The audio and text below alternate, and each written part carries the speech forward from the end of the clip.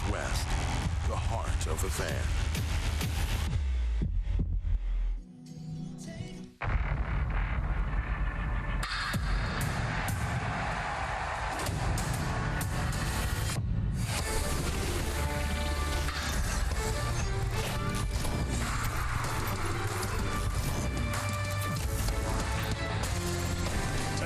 It begins. Touch and go there for a minute, but everyone finally agreed. The best game in the world, baseball, needed to get rolling. And today, the Angels' spring training season kicks off in Mesa, Arizona. Ho-Hokum Stadium, home of the Oakland A's. And welcome, Halo fans. How you doing today? Alongside Mark Gubaza, I'm Patrick O'Neill. Thrilled to get it going. Mark, how are you feeling? Patio, I'll tell you what, I can't get any more excited than I am today. We got to be around the guys earlier today, and now we have a baseball game. You got Michael Lorenzo on the bump today. You got Brandon Marsh in there, Joe Adell. Tell you what, I can't wait to see this baseball game get going here today, get the season rolling. No doubt. I mean, we will not see Mike Trout or Shohei Ohtani today, but how about these fantastic young athletes? Oh, what they did last season in big situations, you know, they improved defensively, improved on the offensive side. Getting those reps, that's the only way you get better. Brandon Marsh is already an elite outfielder, getting a chance to play on an everyday basis last year. The ground he was covering, this was reckless out there. We call him Captain Caveman the way he was out there on the field, and still keeping that power. Great eye to play, good power the other way, mixing some triples. Joe Adell, on the other hand, we saw a couple years ago, this was a battle for him, but last season put it all together, defensively showing some great range. He has that powerful arm out in right field, making those throws, but also the power swinging the bat. That grand slam in Detroit was one of the all-timer coming in there. Mike Trout said, hunt a fastball, see a fastball, and he crushed the fastball. Still waiting for my Captain Caveman t-shirt. It's a large. The new wants to send it over. Can't wait to get this thing going. Of course, Michael Lorenzen, first look of Lorenzen. Joe Madden kicking off his third season. We're stepping aside, coming back with first pitch here in Mesa.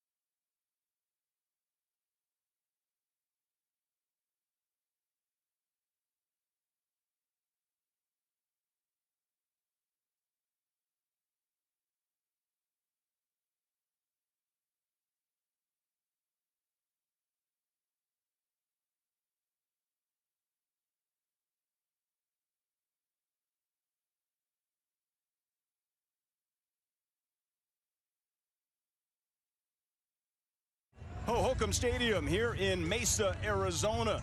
Angels Athletics kicking off the Cactus League for your Angels. Taking on the A's. They'll meet 2 times this season. Alongside Mark Gubaza, Patrick O'Neill here with you. Gooby, great fans here. Everybody keeps apologizing to me about the weather. And I think the weather's great. Why are you apologizing? And now, oh, wait, they're telling me that's just sarcasm. They're so excited. The fans excited to be able to see the Halos take it at the field. And this lineup starting here with Brandon Marsh, Patrick. Joe Madden smiling early. Yep, Marsh leading off. We'll get to see Tyler Wade today at shortstop. Luis Rengifo at second. Joe Adell in right. Matt Theis catching. Captain Jack Mayfield at third. Jake Gatewood can swing it first base. Braxton Martinez is your DH, and Magnuri Sierra will be in center field today. On the bump for the A's, Brett Honeywell. And Honeywell, he's got a pretty good fastball. It's got some movement to it. He's about 91, 95, about 50% of his pitches last season through his fastball. Hard sink to it. He throws a slider, changeup, and occasional split finger fastball. Well, Gooby, a little over a week ago, it was sweating bullets here, making sure we get this game here today underway. Bit of a pause. We'll make up.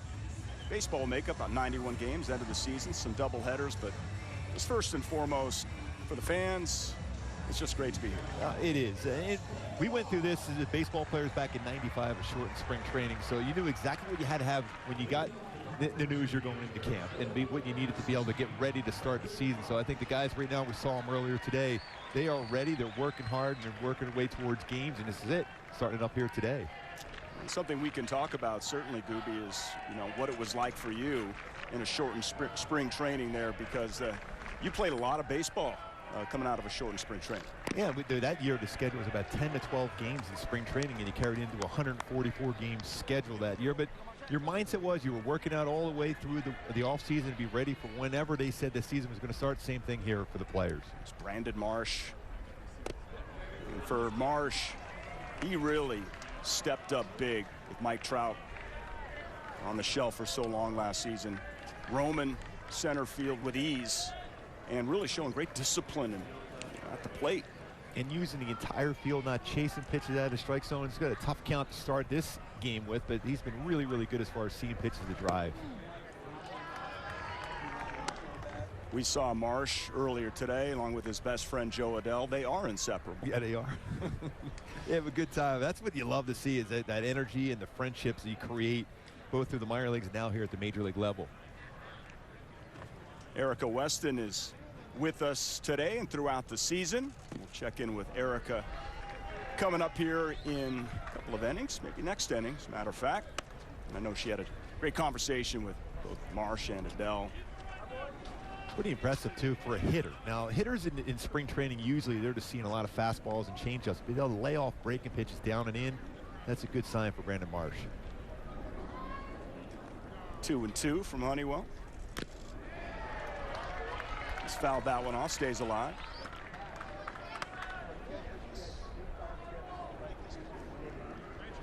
Yeah, beautiful ballpark here. The A's have done a nice job with this yard. A lot of fans here getting to sit out there and get some sunshine, too. Upstairs. This is a real good at bat.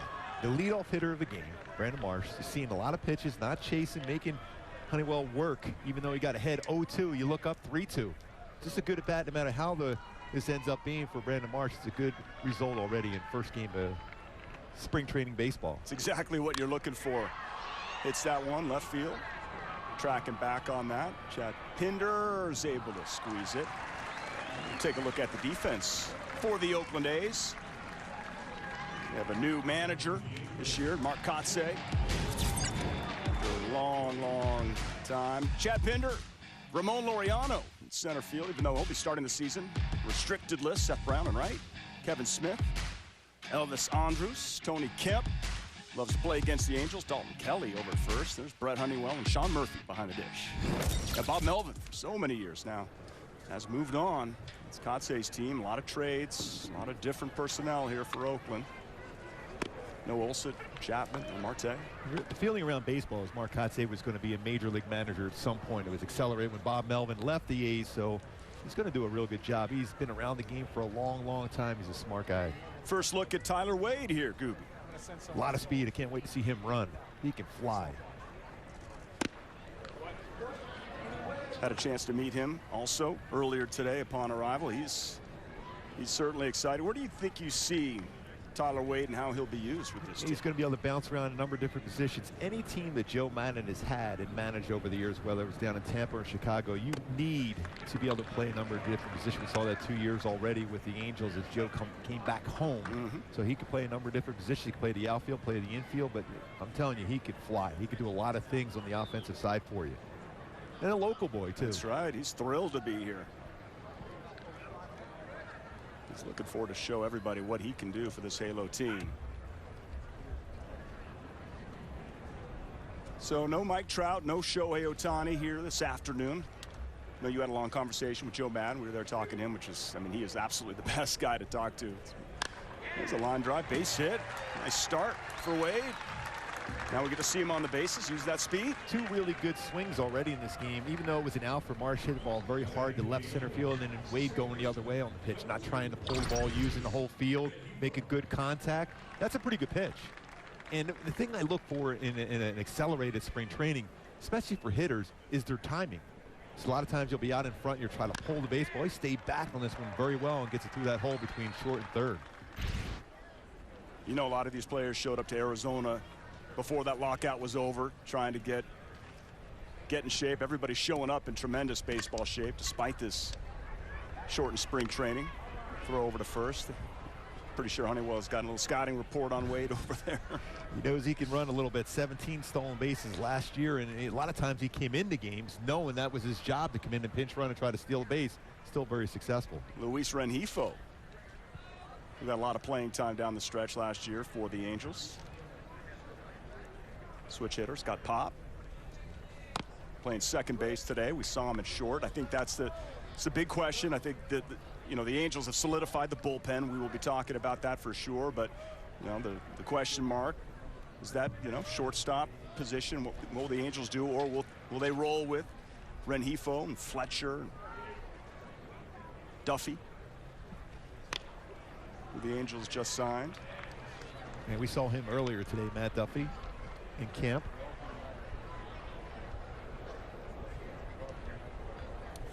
We expect to hear from Joe a little bit later on in the game. How perfect as he is for as you trying to mix and match as far as your middle and the infield. Usually you think your shortstop and second baseman guys you just pencil in every day, but they might be bouncing around a little bit. But each one of the guys that they're potentially putting in those spots can play both positions defensively very well. Well, Honeywell is doing a great job as far as holding the baseball. That is the best way to slow down a running game. And it's a test for Tyler Wade right away. Is sitting there to see if he can read Honeywell. He probably doesn't know a whole lot about him other than the fact he's trying to get his timing together. He's holding the baseball and then making a quick throw or going to the plate. So it's a more difficult time to steal the base. You want a guy that's the same routine delivering the baseball to be successful stealing the bag. Gooby, you are in mid-season form, my friend. Fired up.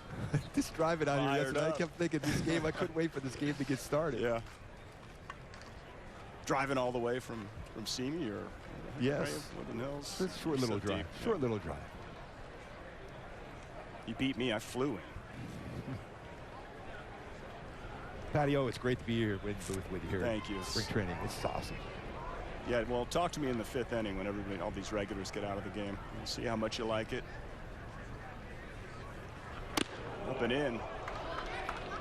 What are your thoughts about Rengifo this season? And there was times last year for Luis. I mean, he has great power, but he had a thing that chase pitches down and in. It's an up and in fastball right there. He's really looking comfortable at the plate. He wasn't giving ground, even though that was up and in. He's not giving ground. That's what he did a good job being a switch hitter with some good power. Is not chasing those pitches at the strike zone. And already we've seen some really good at bats in this first inning, working counts, not chasing. That's a good thing for Jeremy Reed and the whole, you know, staff as far as the hitting coaches. There goes Wade. Swing and a miss. Wade looks like he is in there. Steals the bag. Rengifo goes down swinging. And Wade goes into scoring position. There's that speed. That will play for sure with this Halo team. Just off to that shortstop side of the bag, he's able to get that hand in the back part of the base. It's a longer tag for an infielder at that point. Andrew's been around for a long, long time. Great slide by Wade on that one to be able to get into scoring position. That's what you want to see for Joe Adell. Get a chance of driving a run and get an early lead for Michael Lorenzo when he takes the bump. 2 down. Here in the first half inning of spring training for your Angels. Look at this Angels outfield. And there's a lot of talk about Mike Trout. Will he play a corner position? That ended within about 60 seconds probably. Interesting what we see in the outfield here today. We'll see it defensively with Joe Adell in right, Brandon Marsh in left. Swing and a miss. And then you have, of course, Justin Upton. And it's a pretty good outfield if you have those 4 guys that you can rotate in and out. You know, of course, Shohei Ohtani is going to be your DH. You got to get Mike off his feet every once in a while as well. Let's just keep everybody healthy. See what this team could do. See Anthony Rendon very soon. Not today. Not sure about tomorrow for Rendon. No issues there. He's 100% healthy as well. He said he showed up to camp and nobody's stabbing him in the groin.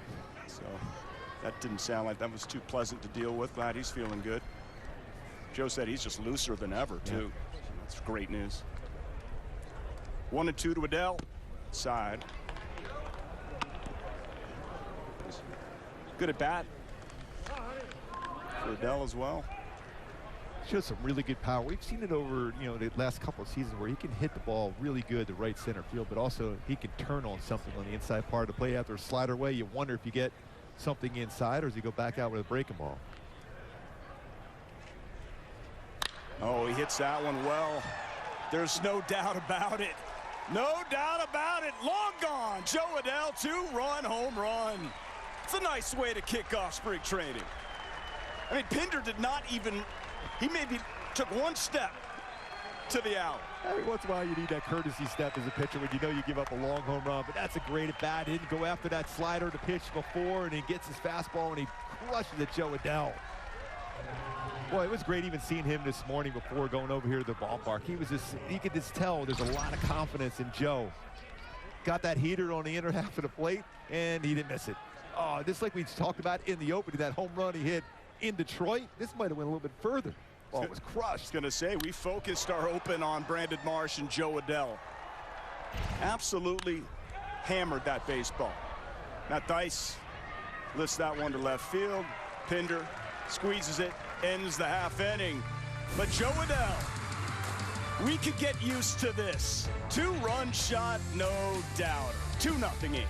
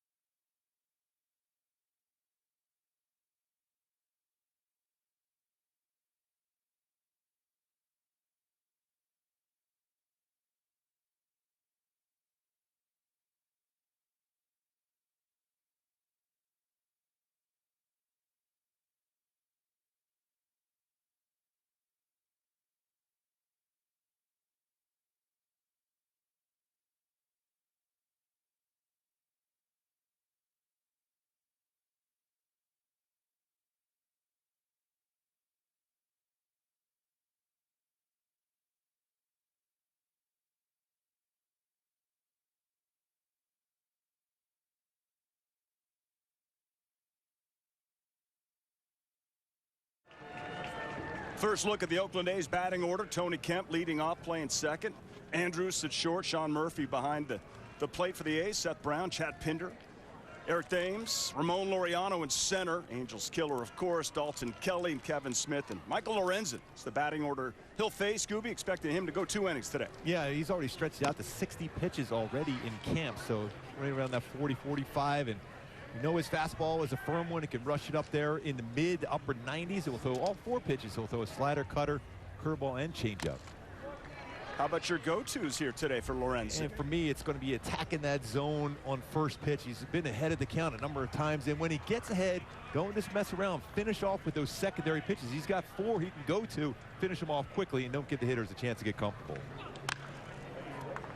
There's another local boy coming back. Lorenzen, his career with the Cincinnati Reds, two-way player. Before Shohei Ohtani, he was the guy. But when him and Thor get into the weight room, the weights start breaking into a sweat. Nervous. Guns on this guy.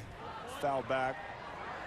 Had a chance to meet him here this afternoon also, Gooby. What a nice guy he was. Yeah, he was ready to go. He's excited to be able to put on this uniform today and go out and compete already here in the first game of camp. Getting a chance to start. That's what he wants. 26 career starts for Michael Lorenzen. When you go back even to 2015, he had 21 of them. How do you see that? How do you see that working out? I guess time will tell. Well, big thing is look at all the additions the Angels have made to the bullpen. So now with a 6-man rotation, because he hasn't done it in a while, you can go 90 pitches in a game, they still have an opportunity. That's that secondary pitch. Nasty by Michael Lorenzen. Yeah, strikes out Tony Kemp. Let's take one more look at that. What's the pitch mix here with Lorenzen? Well, his changeup is excellent, and that's a great changeup. He sells it very well. He's got a slider, curveball, and a cutter. You see how far out in front Kemp is because he's trying to gear up with the fastball.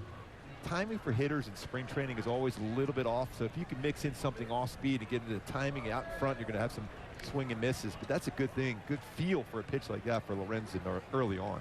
Sure, Angels fans are thrilled to see that. Elvis Andrus fouls that one off.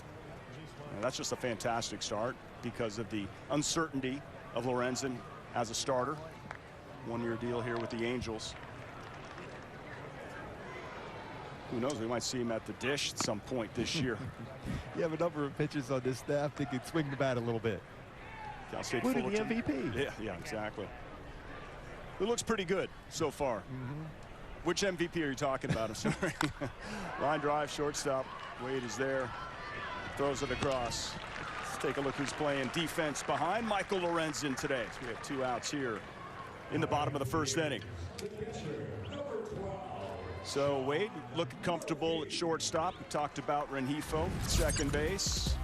And let's go to the outfield, left to right. Brandon Marsh. Magnura Sierra in center. Adele in right. Captain Jack Mayfield, Tyler Wade, Luis Rengifo, Jake Gatewood at first. Lorenzen and Matt Thaiss doing the catching here today as Sean Murphy steps in. That's pretty good movement on a fastball for Lorenzen, even though it's out of the strike zone. Sean Murphy's tracking that. He sees it in the middle part of the plate, but it's running down and in. A lot of times you'll get a lot of quick outs with that one. That's going to be important for Lorenzen, getting some quick outs. That one hit high and deep. Marsh on his horse, and he has it. Tracks that one down. 3 outs. 3 up, 3 down for Michael Lorenzen. Angels lead 2-0. Ford Ranger, for me, Ford makes the best truck.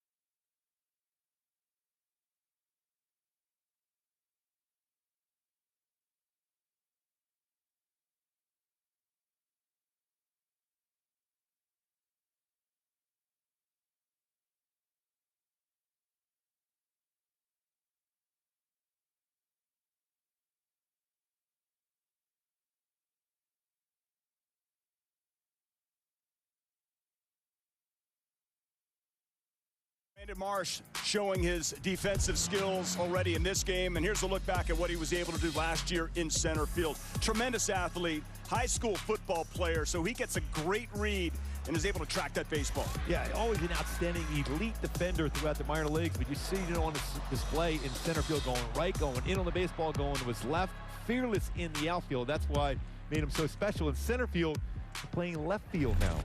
Different read off the bat. Made a nice play to be able to finish off that inning. Yeah, we'll look at that play coming up here, because you're right, it is a lot different. There's all this talk about how, you know, the corner outfield is going to be, you know, easier for Mike Trout, but got all kinds of corners, and, you know, bullpen bumps at Oakland especially. Brandon Marsh will have to get used to left field and or right field. Brett Honeywell back out there for the A's. Jack Mayfield, ground ball. Third base, tough play. Boots that one. Mayfield is on. Another look at, you know, tell me about how difficult the read is, the spin on the baseball, left field, right field. And I've talked to a lot of outfielders throughout the years. Even GA did a real good job in left field. And Phil Gosselin last year, he said the most difficult outfield position he felt was left field. Center field, you know exactly right to left. You can see the baseball because you're right there looking straight in at the catcher. Right field, the baseball seems to go work your way towards you a little bit more often. But in the left field, left-handed batters will hook away from him. Same thing sometimes as a right-handed batter, you have that top spin. So it's a more difficult read, but he's a great athlete. We're going to see him getting better and better because it's all about getting that read off the bat in game action, not just batting practice and things like that. Game action really will help you out going forward. Brandon Marsh appears to be the real deal.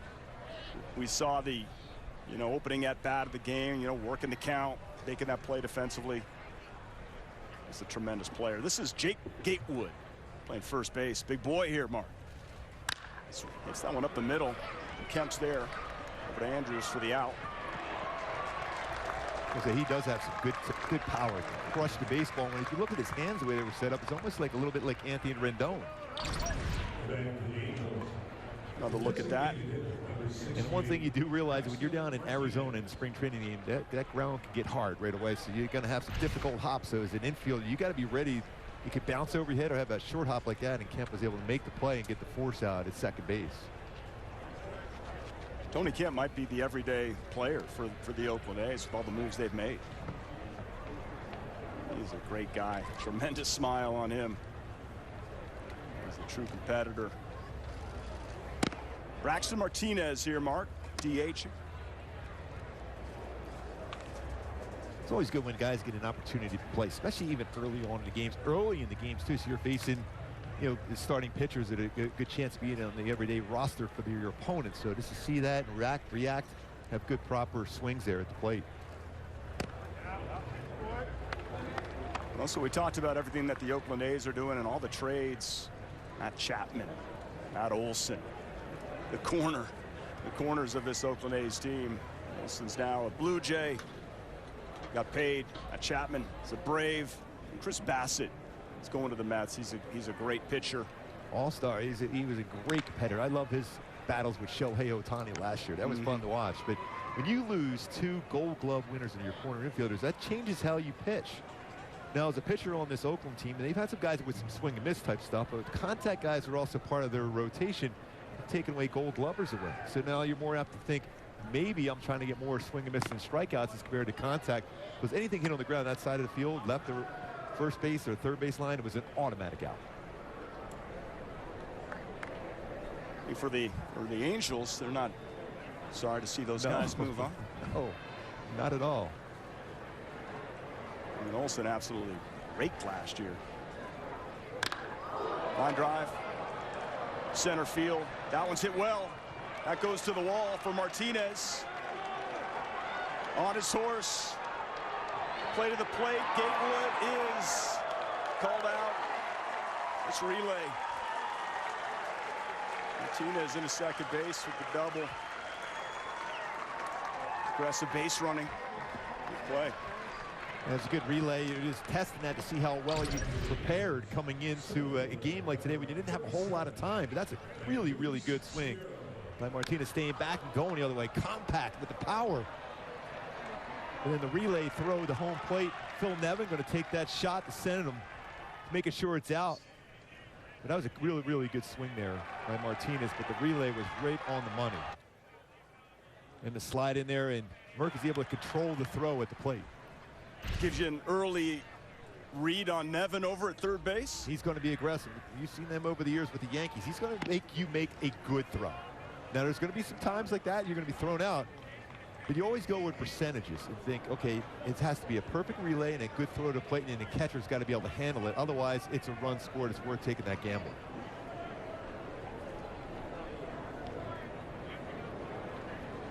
Magneuris Sierra, center field. The ground ball. Kemp's coming in on that one. Sierra getting down the line, and he is out. So, nothing doing for the Angels. Still 2-0.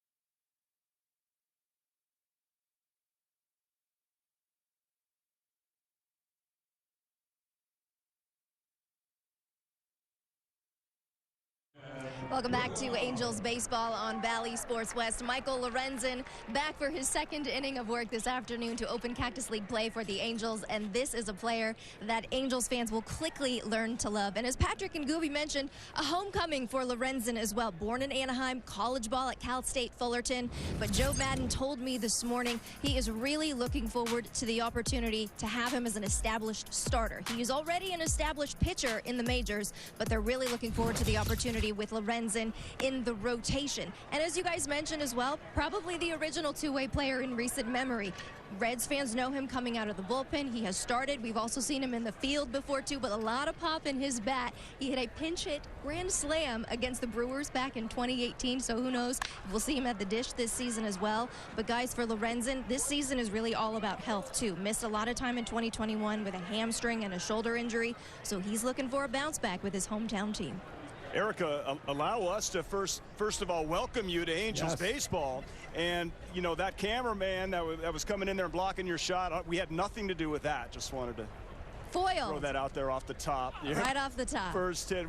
What excites you about this Angels team? And I had a chance to meet Joe Madden, and he certainly is a nice enough guy to welcome you to the team. Joe Madden is one of the best managers in the game. He's an absolute delight to talk to. He gives you so much insight, maybe more so than any other managers in the game would do so. Very accommodating with his time. But again, what isn't there to like about this Angels team? Of course, you've got the return of Shohei Ohtani. Mike Trout is healthy. Anthony Rendon is healthy. The young guys are really making progress, and a lot of guys following up on strong seasons that we saw last season. So there's a lot of positivity coming forward for the Angels in 2022, and I can't wait to be a part of it and join with you guys. Hey, Eric, how much fun was it to talk to Joe Adell and Brandon Marsh and see what Joe Adell did with the first inning with a home run? Those guys are great together, aren't they? They're a package deal. I met them for the first time yesterday. You can tell that the two of them just feed off of each other, and I'm so excited to get to know them and learn how they like to patrol the outfield and play. It's just going to be so much fun watching them in another year with the Halos, seeing how they can progress and build on what we saw from them last season. They're jokesters. be careful. I know you're a rookie here, so keep your head on a swivel down. Are you in the sun, or do we have some shade for you? They set up a nice little shady spot for me in the camera well, but of course I'm ready for some rookie hazing. Okay. Thank you so much, Erica, and welcome aboard. What a great changeup by Lorenzen there. Already a good feel for that pitch. That's not easy to do that. When you're amped up and trying to get going and start a season, the changeup is a field pitch. That's one of the most difficult ones to be able to throw well. He's thrown 2 great ones already today. Gets Brown. Now Pinder steps in.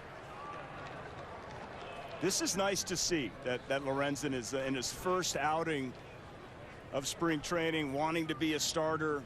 Already stretched out to 60 pitches, as you mentioned. He's got some good movement on that. Anytime you hear a pitcher grunting and bringing up that fastball upper part of the strike, some little 4-seam action, you're ready. You'd love to hear that from Mike Lorenzen. What's he top out at? He can get up there upper 90s. He can even touch 100. He's been a guy that's been a mid-upper 90s consistent fastball throughout his career. But a good cutter, good slider, throw a curveball, but his changeup is an excellent pitch where he's throwing a higher percentage of changeups, which is going to be important as he transitions back into being a starter. Not afraid to hit the weight room is Michael Lorenzen.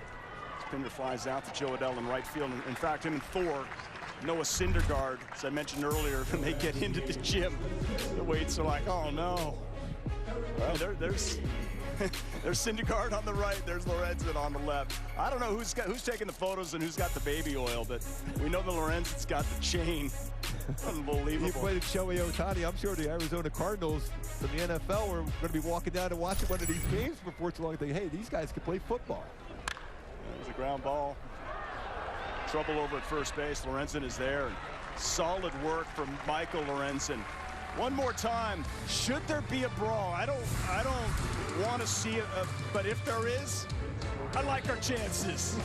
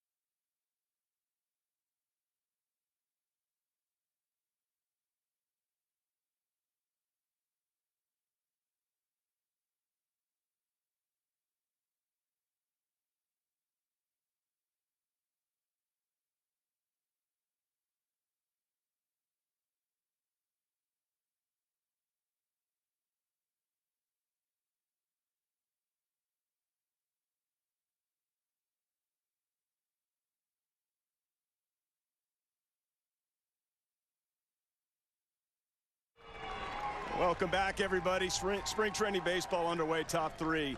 Angels 2, Oakland A's nothing.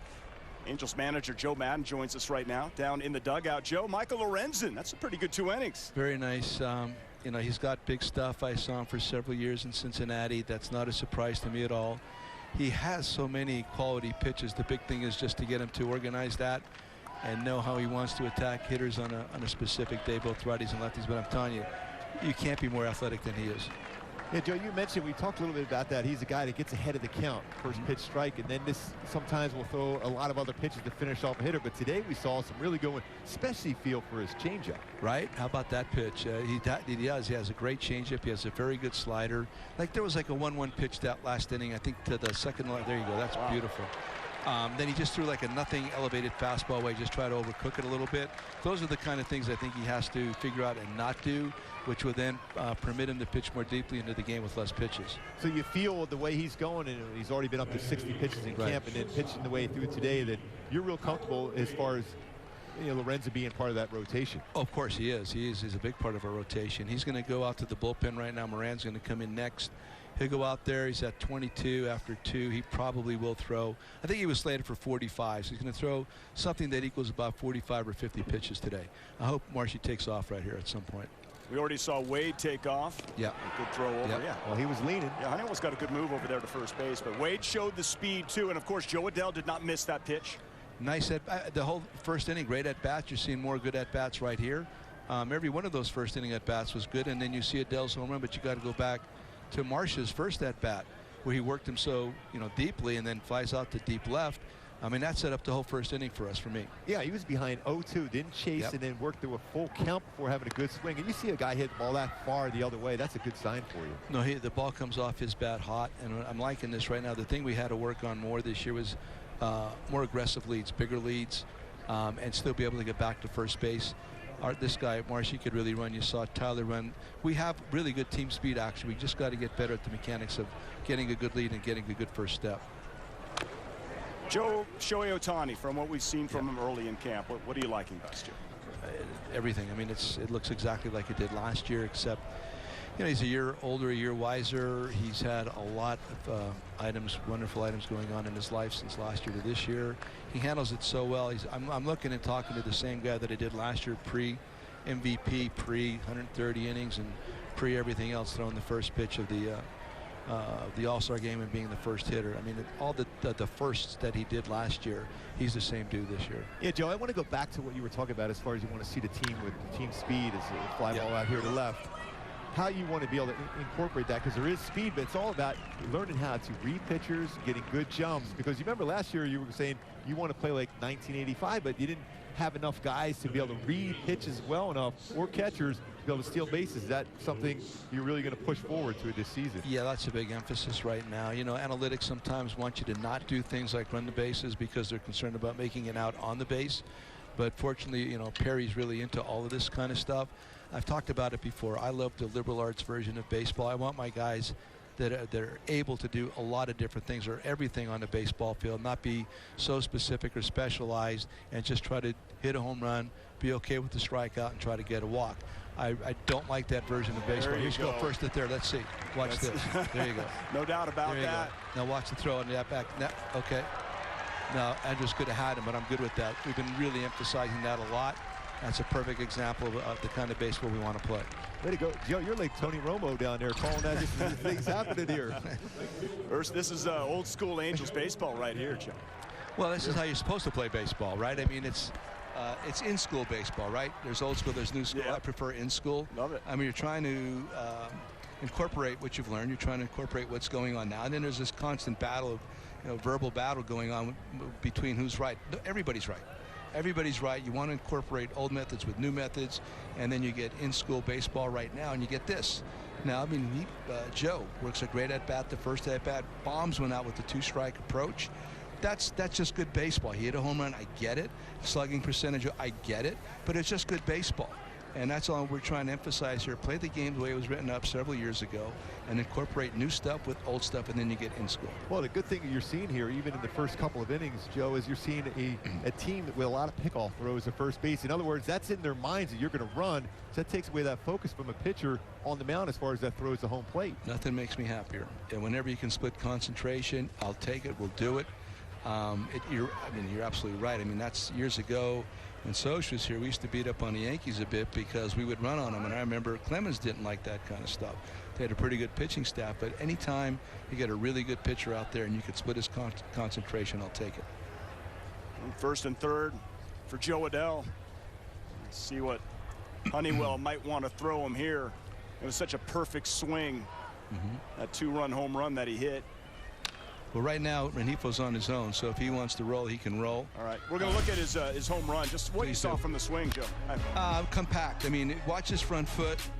and watch his bottom half on the swing. I can't see it right now, but You called it perfect, though. yeah, the hitting coaches, along with Joe, have done a great job of retooling his approach. Just look at him right now, how much more quiet he is. The bat stays in front of his head. It doesn't get wrapped behind his head. Watch his front foot. Just watch his front foot. You see that little tap? That's beautiful, man. It keeps everything in order. Eats him up at third base. Attaboy, Rengifo. Get back, get back. Attaboy. He's in. Well done. He gets the turn like that. If he could take third base, we'll take it. Nice play right there. And he's getting that front foot down. Joe Adell's timing. We saw that going part of the season last year, Joe, and it's going right into the season this year. He's got that down, and he's able to get through and keep those hips in position to be able to get something on the inner half of the play like he hit with the home run, and even that little sink action. Hit that ball hard and ate up the third baseman on that play. A lot of topspin. Yeah, that's the whole thing. I mean, if you get your front foot down, you could catch up to a fastball. If you don't get your front foot down in time, you cannot. It's no more complicated than that. When we had him when I first saw him a couple years ago, there was a lot of noise in his swing, a lot of different things going on, and I don't think I know our hitting coaches have done a great job, but you always have to credit the athlete. The athlete's the guy that makes the adjustment. Joe, we got a pitching change. Can't thank you enough for the time. All right, boys. Take care. Joe. Yeah, you too. Right. Nice start. We'll take a break. We'll see you guys. Bye. See ya. Bye. Bye.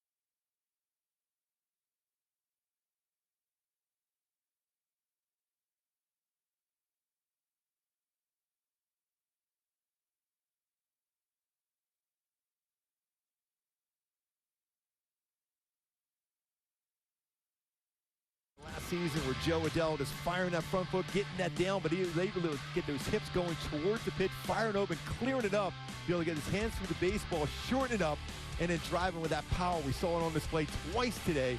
Getting that foot down and that stride going right towards the plate, able to clear the hips and get those arms extended, and he absolutely crushed that ball out. Great to see that from Joe, the things he learned last year. They're carrying in already with 2 good swings here in the first game of spring.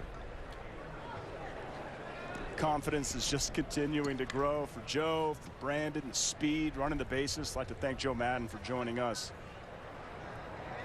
Joe finally gets a full year, foul back. He had COVID the last couple of years. Very challenging for everyone, not just the Angels. The Angels were decimated by injury.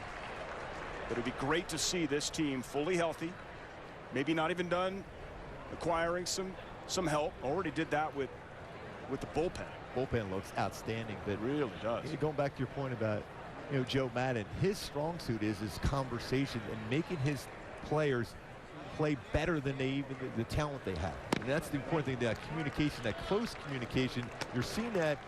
Well, even our conversation today, remember that, Patrick, today, how excited he was? He was going through the entire roster. 40-man roster, every guy he was seeing, this. What I'm seeing from these guys, the excitement level, but he can build you up as far as a player, and you maximize your talent to get you to play even better than what you're capable of doing. When given that opportunity to have that close conversation, that's going to be huge for Joe going forward this year. I know you had a chance to talk to Perry Manassian over here to our right.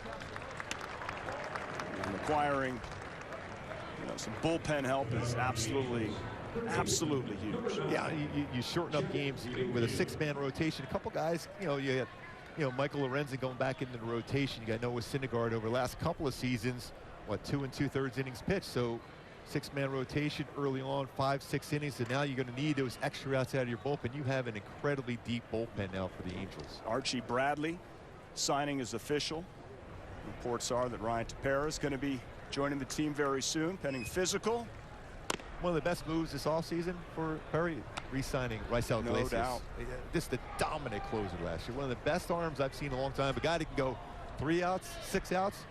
Hey, even go 9 outs if it need to be. That game he came in with 6 outs again with a base load, no outs in reserve. A 1-run lead was outstanding last year against Seattle. Maybe when we get to the postseason, Mark, we could think about 4-out saves or longer for Raisel. But now with, with Loop out there, that he is a dominant lefty. What a year he had last year, Aaron Loop. So that's somebody that you could, bide your time to get to Raisel. Even have Ty Buttrey back at camp. Boy, just a couple seasons ago, he was one of the most dominant pitchers in the game. Line drive. That time Smith's able to squeeze that one. But the Angels able to get a run. It is 3-0 Halos over the A's.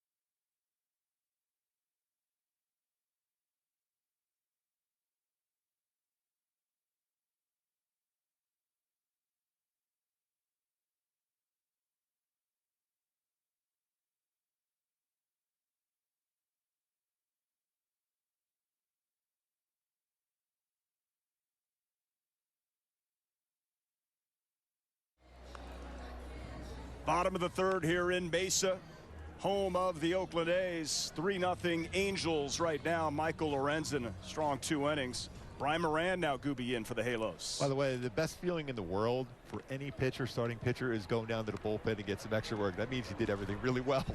You get down there and you got to imagine and pretend you're still facing hitters because you want to stretch it out to get that pitch count up to 45 like Joe was saying. But when you go out, go 22 pitches in 2 innings, efficient. Outstanding stuff for Michael Lorenzen. So that's great to see. Right, Martin, we see that. When he goes from that arm angle, that's the thing. You go from a guy righty throwing gas to that arm angle. That's the thing for a pitcher like Martin right here. You have to be able to come at different arm angles and change speeds real well. That's going to be important. Didn't get a chance to ask Joe, if you want Lorenzen to get more work, why not just have him pitch 1 more inning here? Well, the big thing is, especially in this condensed spring training, you want to see as many arms as possible. Right. Get an opportunity to pitch so you can go out and simulate what you would throw in a game scenario down there for Lorenzen down in the bullpen. Have someone standing there from the right side and left side and put down and go exactly what you're trying to do. You have that adrenaline going and you can still get your work in. But to your point, if you are that pitcher, you're fine going back out there and getting your work. Oh yeah, you feel pretty good. Old school was after you got done your throwing, you go run in the outfield, especially when you have a couple innings like that. You run in the outfield, you go, yeah, I did pretty good, by the way. In Lorenzen's case, they're just putting some plates on the, stacking some 45s on the leg press. I know he works in legs. I think you have to, the pitcher. It's awesome. That was just so really much happy, fun really happy for him. Just to see him before the game. He drove up there, he came over and said hi to us before going out there and go out to perform like that. Get ahead of the count. That's what Joe Madden was saying. That hasn't been a problem. As he gets ahead of the count, but he throws too many pitches to finish off hitters. Well, he threw 22 pitches. If my math is good, that's 11 pitches per inning, which is outstanding. Well, hold on, checking. Oh, they let me know. Yeah, you still got it. This is Ramon Laureano. We know what he does to the Angels, especially last year. But he'll be on the restricted list, right, to start the suspended restricted list. First 27 games. Moran gets him to fly out to right field. Joe Adell still out there, thankfully. So if you look at Moran's delivery, lefty up there, what do you notice, and what do you think could be deceptive? Well, the big thing is if you're going to throw from that arm angle, you got to keep that ball hidden behind your back hip as long as possible. From that arm angle, it's very difficult, even as a right-handed batter, to track it out of his hand. To be able to get that inside against Laureano to get a soft fly ball to right field is pretty impressive. One down, Dalton Kelly for the A's. Yeah, it's a hard delivery to pick up for sure. Well, this is your bread and butter, is when you see a left-handed batter, and this is when, for Moran, you have to be able to make sure he's uncomfortable on the plate, show something in, but get him to chase breaking pitches off the plate outside corner. Oh yeah, Luis Rengifo, little snow cone action. Robs Kelly of a hit. Nice play. So for Moran, as we take another look at this play by Rengifo, baseball in the bloodlines, if you can believe Wikipedia. I'm not always saying you believe everything Wikipedia says. B.J. Surhoff will be his uncle. Well, I faced him a lot. He was a really good hitter. So thanks for bringing that name up. You're welcome. Yeah, you're welcome. I love that route that Rengifo took, straight line going back on that baseball. Didn't go back on it, went straight towards the baseball, was able to track that one down. That's the one thing. Rengifo was so talented, both swinging the bat and playing defense, but he's got to slow the game down enough. If he does that, he could be an exceptional player. But it's been a problem for him slowing the game down, but he did a really good job as far as taking this route, going after this baseball, quickly going there, able to track that one down. He's always had the power at the plate from the left side and right side. Great numbers as far as stealing bases in the minor league level, is not equated to that at the major league level. So that's something Joe was talking about earlier, about how they're going to work with the base runners this year and get them to be able to get better reads on pitchers and go with certain counts where you kind of have a feeling where an off-speed pitch may be coming at a better chance to steal a bag. Now back towards us. B.J. Surhoff was a career 282 hitter, no doubt. You're right, very good hitter. But against you, 178. So what? Really? Yeah, he did not fear you. You know what? Usually I have a pretty good idea. You did not fear him. I thought he had some pretty good swings against me, though. Maybe that's why we were friends. after baseball, yeah, you're a good guy. That's why you liked him. Yes. Otherwise, I wouldn't have liked him. Moran, that's a tough play for Adell. That is a high sky up there, but Adell handles it, and Moran gets through the inning.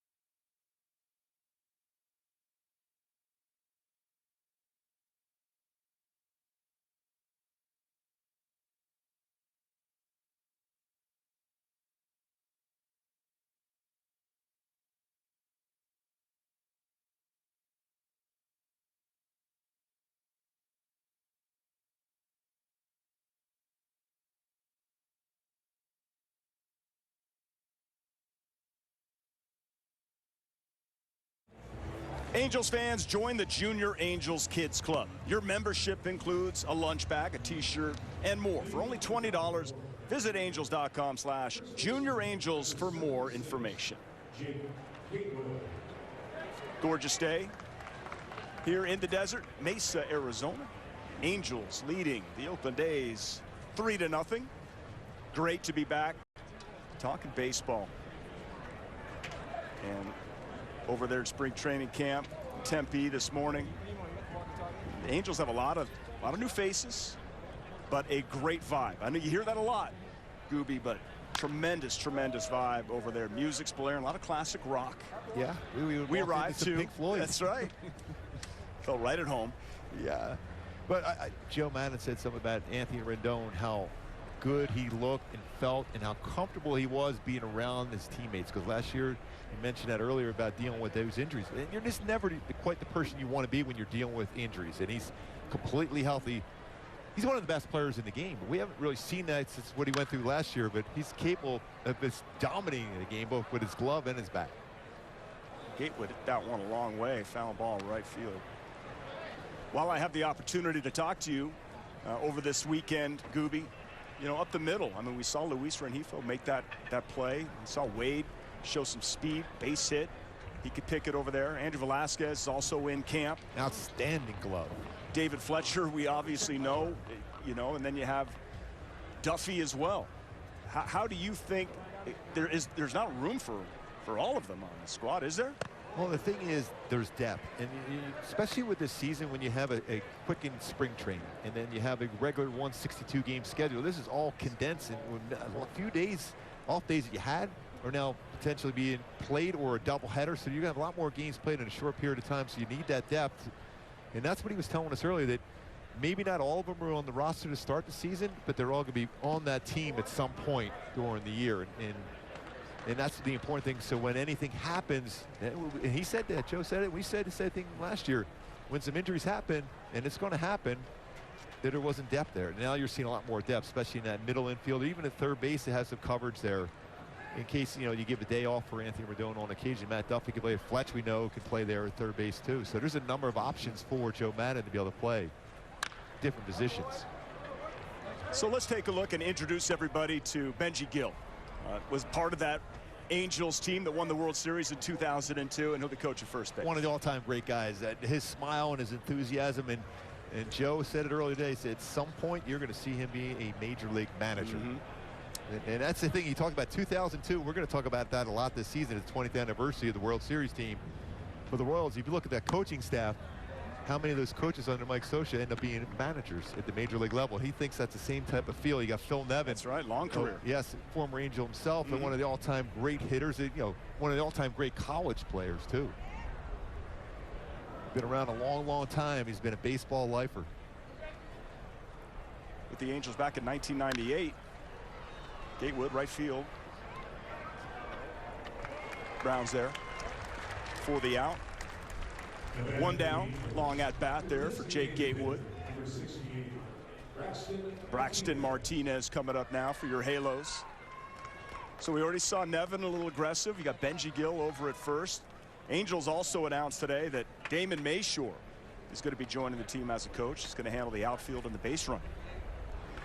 That's the thing that Joe just kind of talked a little bit about about how this team is going to be more aggressive running bases, but you just don't just run just to run. You have to have an idea of what you're trying to do in certain situations. Even when Joe Adell was at the plate, when Joe said maybe, you know, because Rengifo has the green light to go, you think, okay, number 4 hitter, do you go with first and third? Don't you allow Joe Adell to drive the ball and drive him home? But that's what you're going to give that confidence to base runners. When you go, you get a good read and be successful stealing the base. You want that high percentage of stolen bases.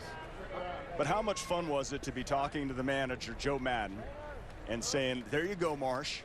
You know, take third. That's okay. Andrews could have had you. I want Rengifo to go here, get back. And you don't see that a lot for a veteran manager like Joe Maddon, giving young players that option of going. And that's the thing that's important. When you're a young player, so often you kind of wait to react. And when you're seeing that from a young player, given the option from a manager as successful as Joe Maddon has been throughout his career, that gives you confidence to go and read pitches and go at the right time. Chopper Andrews unable to make the play. Martinez is aboard. Base hit.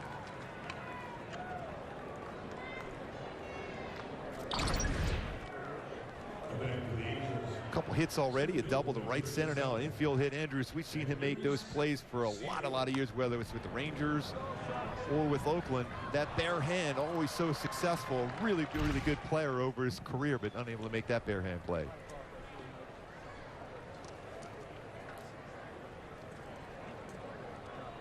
Paul Blackburn still pitching for the A's. First game, Cactus League action, 15 games on tap. That's a base hit, looks like, in the gap. And it gets to the wall. Sierra with the double. Nevin's gonna hold him at third base, second and third now, one down. By the way, Sierra can fly. I mean, he was already flying around. He was almost halfway to third base on that one.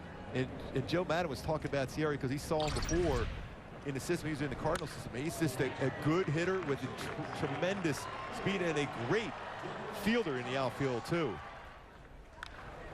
I mean, he's thinking, all right, he's getting around the corner. He's going to try to get to third. There's going to be a throw to the plate. He wants to be in position to be at third base regardless. Look at how graceful that run is going around the bases. There's a lot of team speed on this team now. Yeah, so now I think what Joe said, play like 1985, now he has the guys to do that. See how that goes going forward now. Magneuris Sierra, name to keep an eye on for sure. Second and third, one down.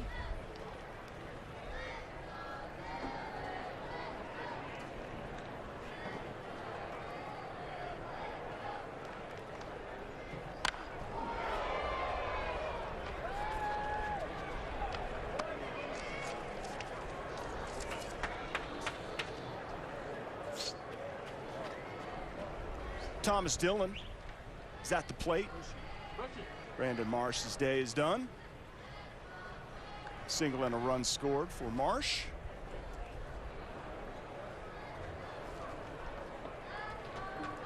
Solid at bats today for Marsh. First game out. Impressive. Dylan Thomas, excuse me.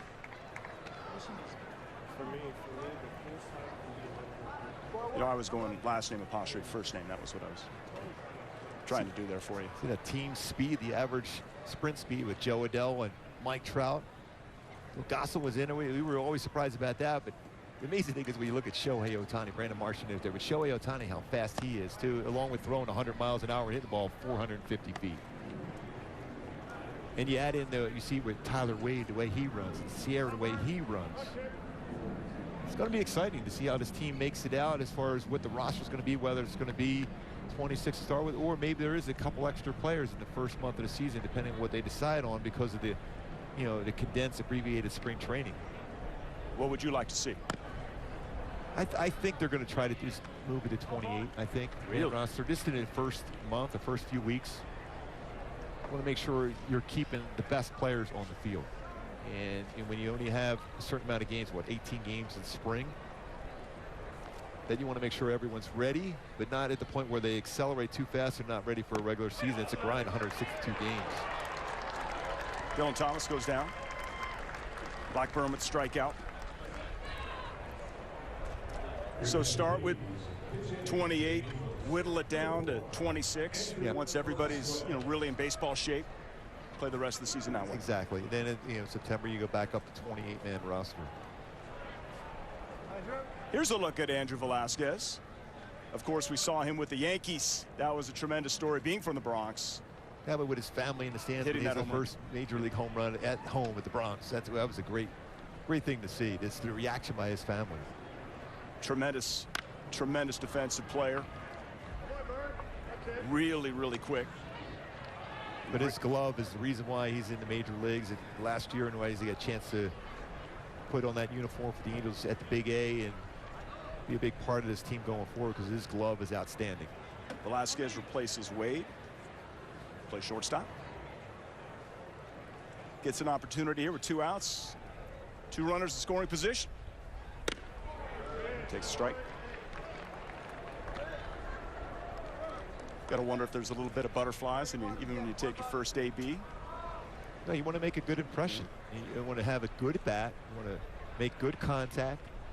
If you get a hit, yeah, that's great, but it's all about that good approach and good contact, especially in spring training, because that doesn't count on that bubblegum card at the end of the year.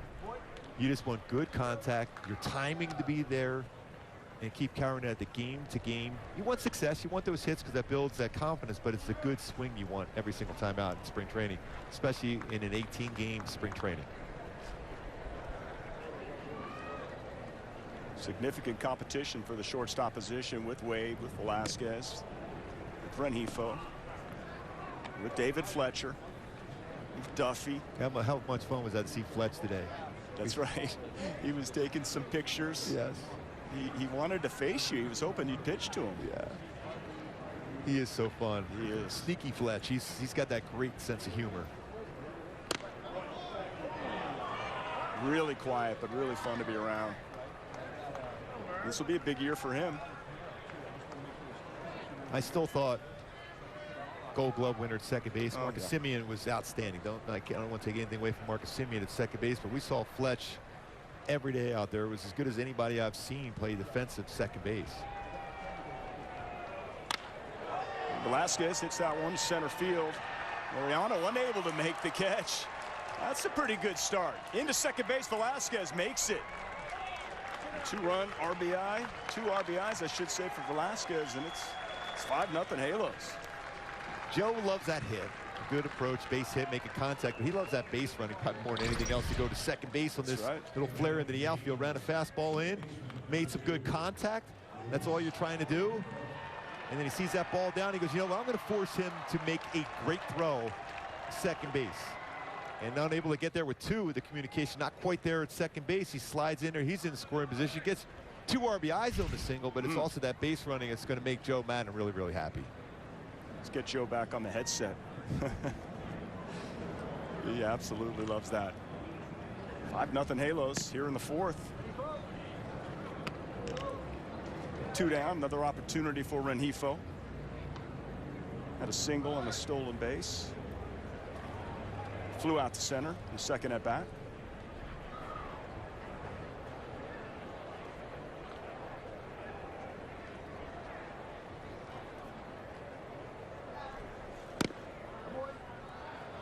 Another young player always has a smile on his face, Luis Rengifo. Point at times, but you look at him and he looks like he could be a running back. He is cut. He is built. He's got power and he can run.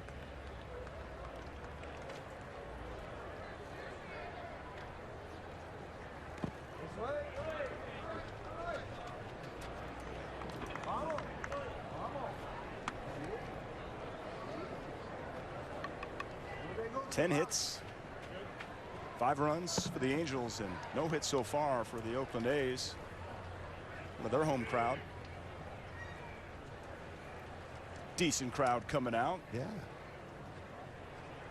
Hokum holds about 10,000. It's been their stadium since 2015. Rengifo takes a strike.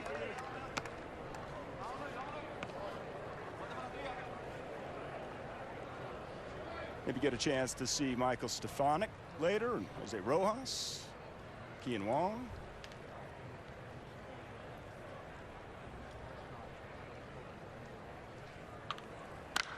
This ground ball. Second base, that shift was still on. And Rengifo goes down. And the Angels get some more. It's 5-0.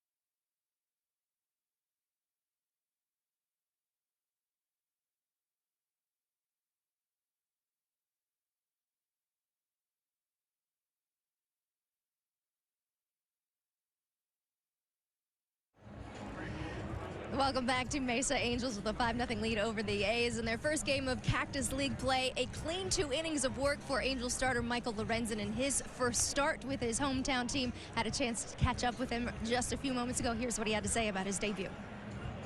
Michael, I have to imagine you felt pretty good about your spring debut and your 2 innings of work today. What'd you like and how'd you feel out there? Yeah, I just loved being able to, my family's here, pitch for my hometown team, so had a lot of adrenaline going in. Even though it's a spring training game, it just feels good to play for the hometown team and go out and have fun. And yeah, I just had a blast. How did the stuff feel today? It felt good. It felt really good. Fastball felt good. My slider was a lot better this offseason. I was throwing at Cal State Fullerton, but I just think it's Arizona. So Arizona, you can never judge your breaking ball. So I'm not going to be too hard on it, but everything else is right where it needs to be. As far as the training goes, obviously you dealt with some of those injuries last season. How did you alter your training to try to avoid some of that at the start of the season? Yeah, just more catch play. So I found a good place in Irvine to throw at, and had some really good throwing partners, including Noah, and we were throwing every day. So I think it can be a lot tougher than people realize to find throwing partners in the off season. So I didn't have that issue this off season, and I feel like I'm right where I need to be. We've seen you in so many positions as far as coming out of the bullpen, starting, at the dish too. But Joe Madden talked this morning about your opportunity to make yourself an established starter. How do you feel about that opportunity? Yeah, I've been wanting to do that really my entire career, so I'm just grateful that the Angels are allowing me to do it and they believe in me, and you know, my job is to prove them right. Yeah. Now, Patrick Ngubi, he said the adrenaline was pumping in his first appearance for the Angels. Obviously, the family in town, but his hometown team, he said he can't wait to stay at home this summer. He's finally not having to go to Cincinnati. He's just going to be at home, back with his friends, back with his family. Now, he mentioned the training, and if you guys haven't seen the training photos, I know we showed them just a little bit ago between Michael Lorenzen and Noah Syndergaard and their off-season work. He also shared that the two of them go swimming in the ocean in the morning prior to those ridiculous workouts. So if they made you feel lazy, it makes it even worse today. Yeah. Oh, we saw those photos. That's how you get your shoulders strong. That's something that I think all pitchers should think about doing is swimming, because that gives you that good strong shoulders, that base to be able to stay consistent when you're throwing throughout a season. First hit of the game for the Oakland A's, Tony Kemp. It's a double off. Let's go back to Michael Lorenzen. Again, 22 pitches, 2 innings. And, you know, Mark, he said that, you know, it's Arizona, so he doesn't want to not think about his breaking, but why is that? Yeah, because a lot of times in Arizona in spring training, you think, I don't have a feel for my slider because it doesn't break. It's a different break than you have when you go north or wherever you end up going as far as the regular season. But I thought his fastball was good with some movement. His changeup and his feel for his changeup was absolutely outstanding in that downward tilt and enough on his slider to make sure you get in front with that pitch and staying on top of the baseball and being consistent with the breaking ball. But outstanding, when especially with the adrenaline, you just mentioned his family and everything here. Usually a lot of times you overthrow and you want to make a good impression for your new team, but to have that kind of command and that fewer pitches thrown in 2 innings is outstanding. And you're facing, you know, at this Oakland lineup, you're going to see probably a lot of these guys during the regular season. You know, Matt Chapman or Matt Olson, they're on different teams now, but the rest of this lineup is close to their everyday lineup, and he went out and threw the ball exceptionally well. Thank you, Erica, for getting that interview with Michael Lorenzen. Nice to also hear his honesty about, you know, the adrenaline and how you feel pitching in front of your family and the new team wanting to make a good first impression. Yeah, he certainly did that. I just love when he talked about how they were swimming.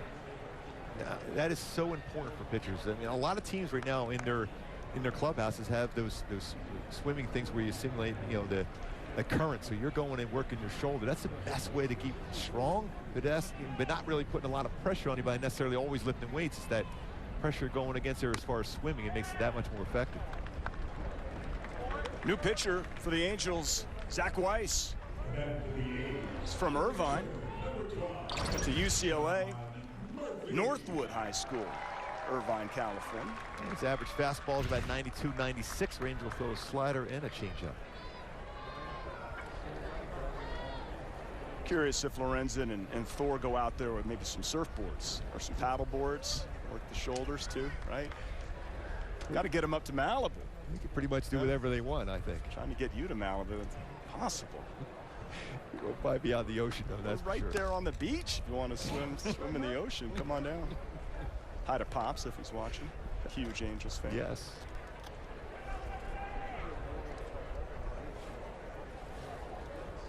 A little traffic here for Weiss. Tony Kemp getting the first hit of the afternoon for Oakland. Got an applause that the crowd's up to the cheer for. So what do you think's next for Lorenzen? Is it you just ramp it up to 3 innings or maybe 4? Yeah, it really comes down to pitch count. And he probably went down there, threw another 23 pitches, 24 pitches down in the bullpen. Next time out, probably push it towards 60 pitches. So if that means 3 and then get a little more work down in the bullpen, I think you're going to see guys try to at least get. Joe said he'd like to get all his pitchers, starting pitchers, up to around that 90 pitch mark before the season starts.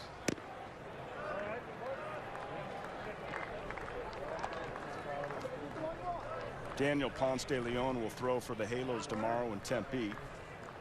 And you think about the Angels' rotation as it is now. In your mind, 6-man rotation, how do you see it? Well, you know you're going to have Syndergaard in there, Ohtani. I think Lorenzen's going to be in there for sure. That's your 3 guys. Patrick Sandoval, I thought, when you look at some of his numbers last year, he had one of the most unhittable pitches in the game. That was his changeup. His slider got to that point also. So you have depth. And Joe was talking about how great Jose Suarez has thrown already in camp and what he did as far as his strides. Reed Detmer's a wild card. Everyone still was so high on him and just gaining experience. And Jaime Barria, I thought what he did against right-handed batters gives him an opportunity. So there is some depth as far as trying to figure out that 6-man rotation. That's Sean Murphy down the line. Kemp's going to score easy. Stand-up double. 5-1. And for Jaime Barria, out of options. So it's possible if he doesn't crack the 6 that he would start in the bullpen. And to me, you know, Suarez, great.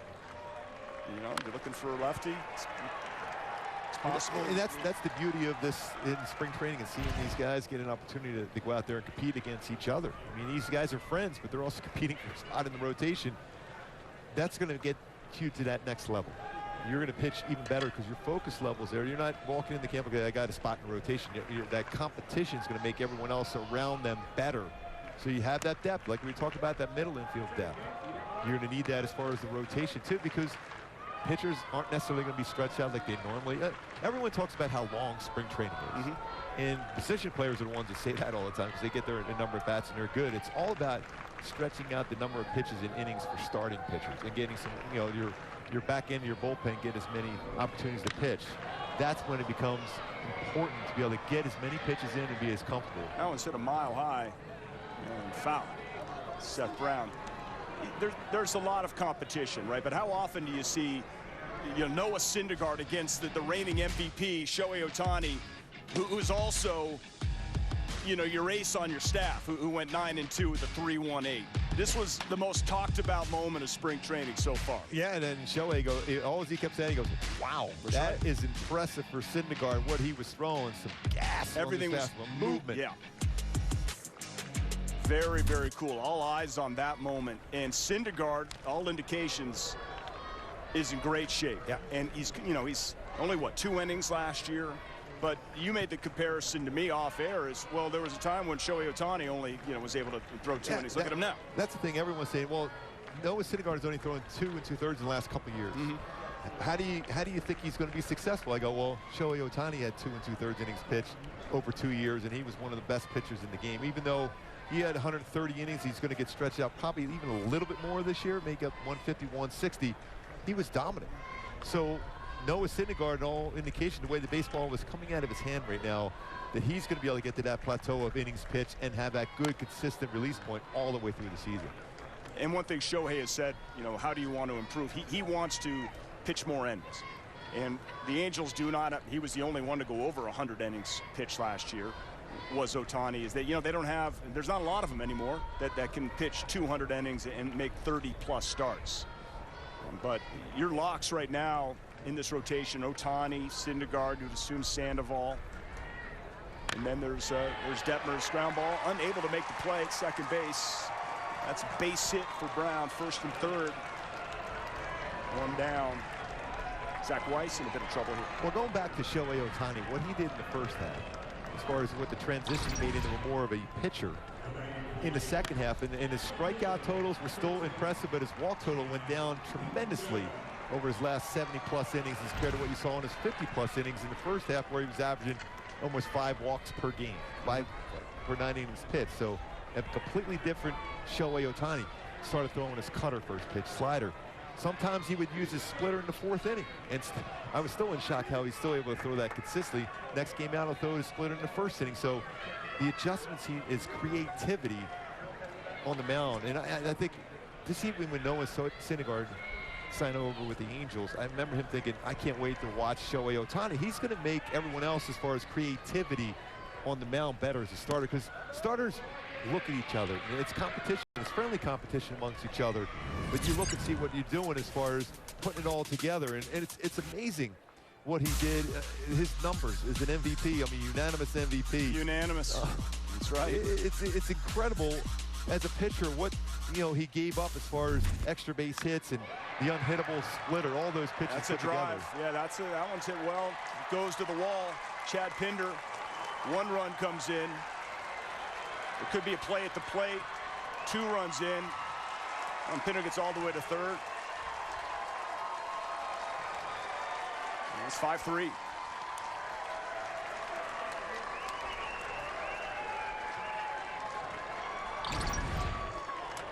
This is one of those backup little breaking balls, stays in the middle part of the plate.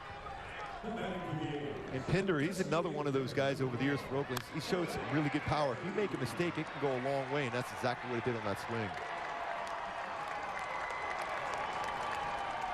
And everything as far as the relay was going well. Just a little bit of throw up the first base line, but that's something you want to work on, and that's something you can guarantee Joe and the entire staff are going to be working on as far as getting in position to make the perfect relay throw to have a play at the plate. Pinder getting the 3rd is not the ideal situation. Eric Thames is up. 1 down, 5-3 game. 3 runs in for the A's here. Bottom of the 4th inning. Great to have you on board. Mark Gubazon, Patrick O'Neill, excited to be working Angels baseball with you here on Bally Sports. Oh, nice play. Wow. Nice play. That is the biggest ovation we've had all day. That's a great play. Bring your glove to the yard. You told me I got to kind of keep my head on a swivel up here. That was coming back hot. Yes. It's an outstanding play.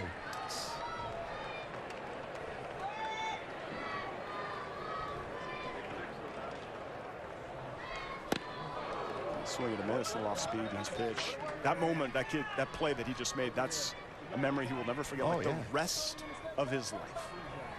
Using the glove, making an outstanding play. It's a big moment here for Weiss here. You have a guy with a lot of power at the plate. You know you need a strikeout. Trying to make a quality pitch. Foul back. You want to prevent that run from scoring. This is when you forget about what happened already in this inning. You gave up some runs. You gave up some hits. Then you can make an impression to Matt Weiss by getting out of this inning or getting this big out here. You have a guy with power, but a guy that will strike out on occasion. This is the time where forget everything, make a perfect pitch, get a strikeout. Prevent that run from scoring here with Pinder at 3rd base.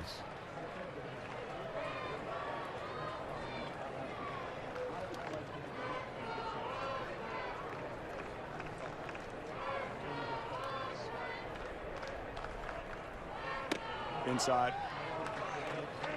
Warming up in the Angels bullpen is Eric Torres, number 97, left-hander.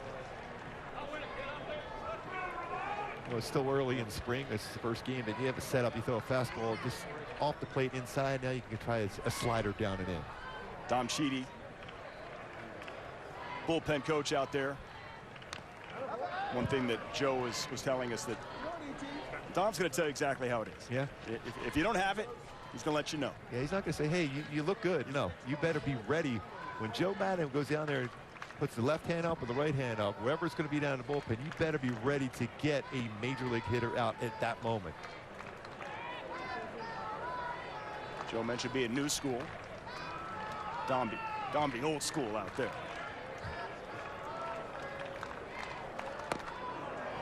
Oh, looked like that broke back in there from here anyway.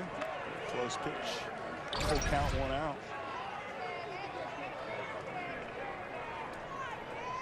It's Chad Wallach behind the plate. He's in the Marlins organization. Came over last year. Tim Wallach, his father.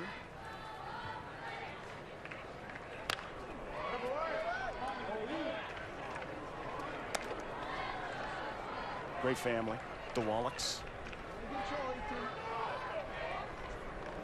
Outstanding baseball family.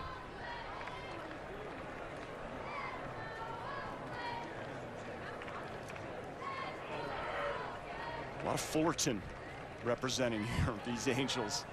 Say hello to Matt Wallach, Chad's brother. If you're looking for a refi, he's your guy. Good pitch right there. Sacrifice getting a strikeout. That's a big moment. It was. Even though you've given up some runs, you can just take it into your mind what you did in that at bat and take that one going forward. He was able to get that down and in slider. So that's a moment that Zach can leave an impression for Joe Madden. Have ourselves a pitching change. 5-3, Angels lead in the fourth.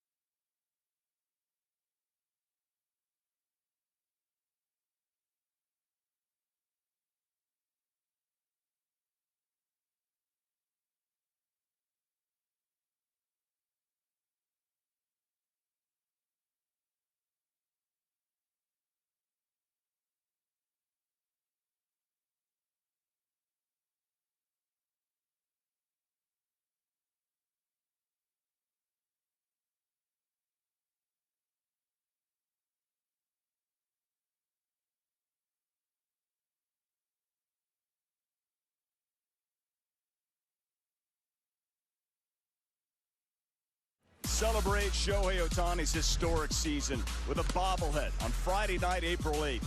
For more information, visit angels.com/promotions.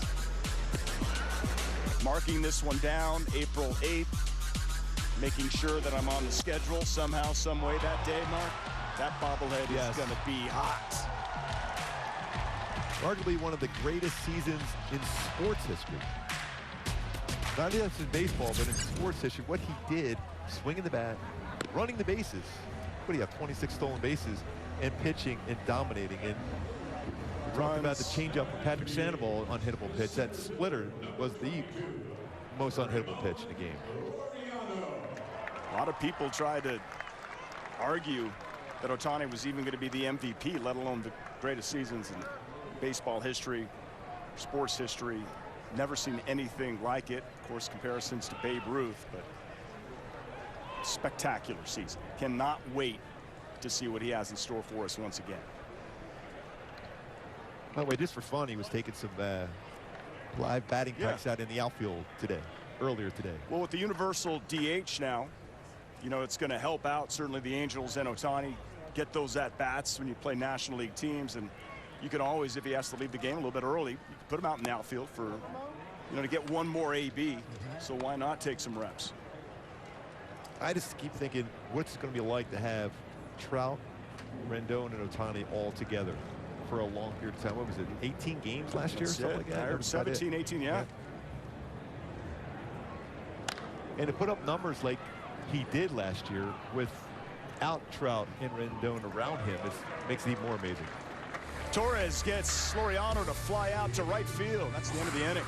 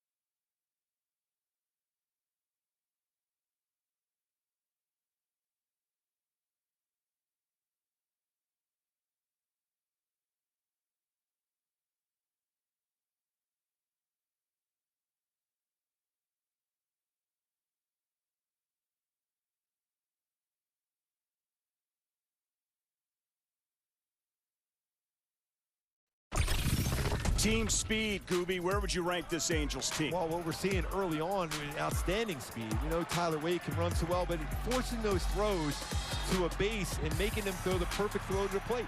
Even though there's an out on that one, you're still making sure you're pressing the defense. You're more apt as a defender when you charge a baseball because you know you're going to try to take an extra base. That's when you make mistakes in the field, whether it's in the outfield or the infield. Always pressing the issue and not letting the defense be comfortable that the team's going to go base to base. Take that extra base and make them make mistakes in the field. They're human beings. They're going to make mistakes. But if you can stay back and relax, go base to base, you're not going to make them mistakes. So that's good to see that early on for the Angels. Exactly. Put some pressure on.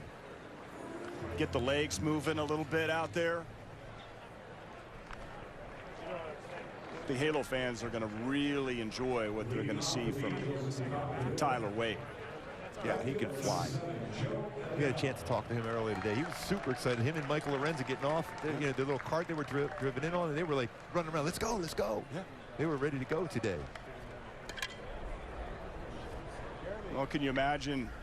There's a lot of tension, you know, leading up to this season. And it's almost like a lot of these players are fans, like we are, just excited to be back. And we're excited to see Jo Adell. Third at bat. He's doing pretty good so far with a homer and a single, 3 ribbies. This is a good at bat for a guy for Jo Adell to face. Grimm he's got a good breaking ball, both a slider and a curveball. You might see a lot of them. It's a good one to be able to get timing on that pitch. So you're already 2 breaking balls. So when you face a right-handed pitcher, is a right-handed batter like Jo Adell, now you're seeing, okay, when I'm seeing break balls, what I'm going to try to do is I'm going to try to go the other way. It's a break ball. He just pulled off on that one, just enough. And now I'll see if he makes that quick adjustment. If he goes away with a break ball, does he hit it the right center? Ground ball, second base. I think we'll see that sprint speed from Jo Adell down the line. Can fly, but that's one down. Justin Grimm, as you mentioned, in for the A's. Kotze's Oakland A's team. You just wonder how their season's going to play out. Picked up a lot of prospects, top prospects in all those trades. They still managed to have a winning season last year, but those top players are gone. You know, in the way Mark Kotze has always been throughout his career, he's like, you know what? I don't care who's gone. I want to know who's here right now. And we're going to put together a team that's going to compete every day. And the A's have been doing this for a long time, yet they've been competitive. Now it's a huge hit when you lose Matt Chapman and Matt Olson, but you never discount the fact that these guys fight all the time, all the way through. Angels were supposed to start up in Oakland. What else is new? Yeah, 4-game series. That seems to be every year. Every year. So they're going to make one of those games up in a doubleheader and add 3 games against Oakland at the end of the season. That's right. That Monday, Tuesday, Wednesday. I know Oakland loses one of their off days during the All-Star break. They have to play a game. I think it gets at the Tigers. Chad Wallach. Chad Wallach. It's gone. Way to go, Wally. And it's 6-3 Angels. Seen a few of those home runs before. Dad, that's a great swing going left center. That's a long part of this ballpark, too.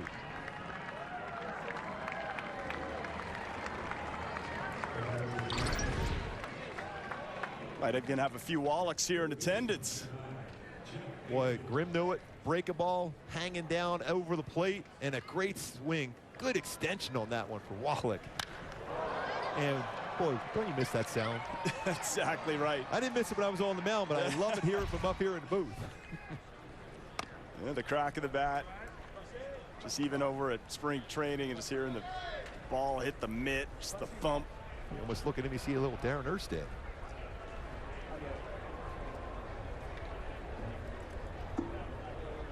Chad's got some size on him. Jack Mayfield. Fly ball. Right center in the gap, could be trouble, and it gets down and over the wall for a stand-up ground rule double. Captain, oh captain already. When I was mentioning all those infielders, I forgot to mention Captain Jack Mayfield. Some really good swings last year. You know, he could play shortstop, play third base very effectively, but his power especially we saw from left center, right center. Jack Mayfield. Good start here, top of the 5th for the Halos. Chad Wallach home run, and now a double for Mayfield. Jake Gatewood, up and in. It's good to see the offense respond right back after Oakland scores 3. I know it's a spring training game, and wins and losses aren't a whole big deal, but every manager will always say you love to see their team play well and pick up wins because that builds momentum.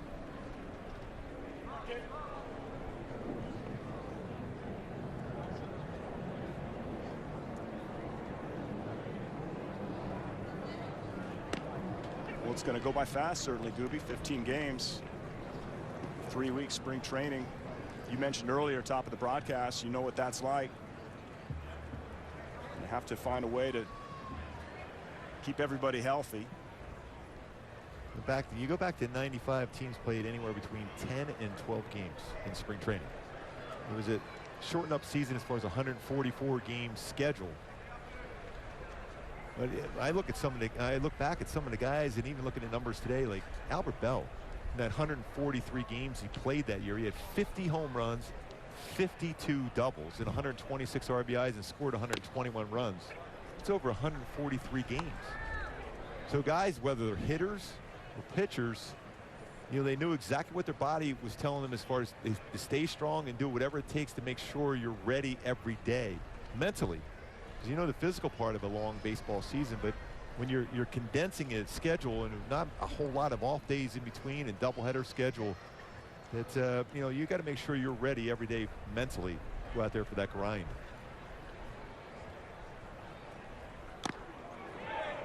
Swings through that one. Just gets a piece. Gatewood goes down swinging. Here we go, Gooby, into the 5th with all these changes. A's have a new catcher. Beth at court, who's second baseman. Nick Allen, shortstop. Christian Lopez. New left fielder, Drew Jackson. In center field is Christian Pache, right? Who's their top prospects, just acquired in a trade. Sky Bolt in right field. Keep an eye on center field for sure. Pache. We saw him a number of times with Atlanta in big postseason games.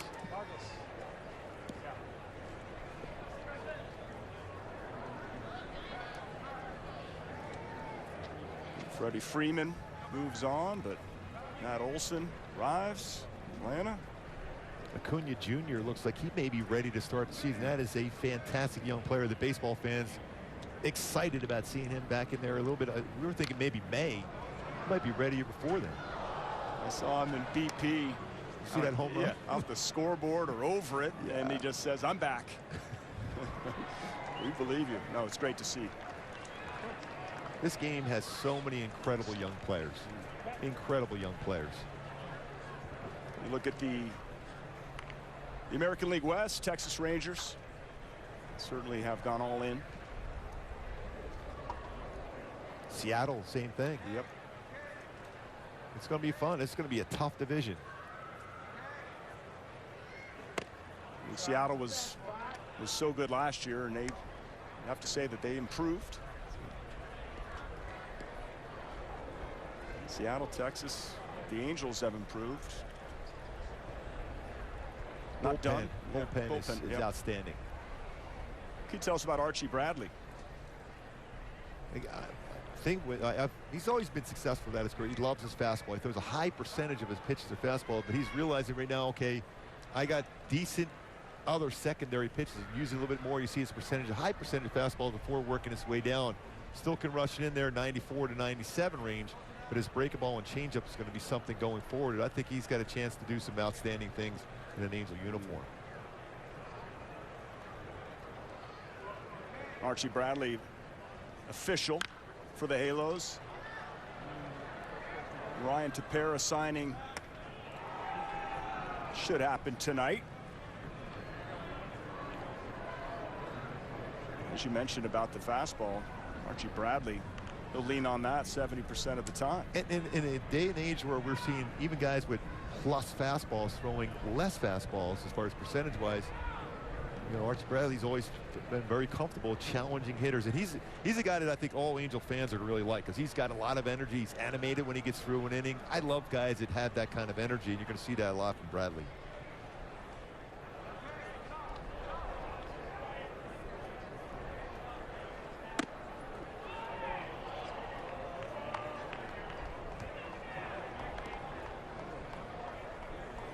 Just to the right of our booth, Mark, is Angels GM Perry Manassian.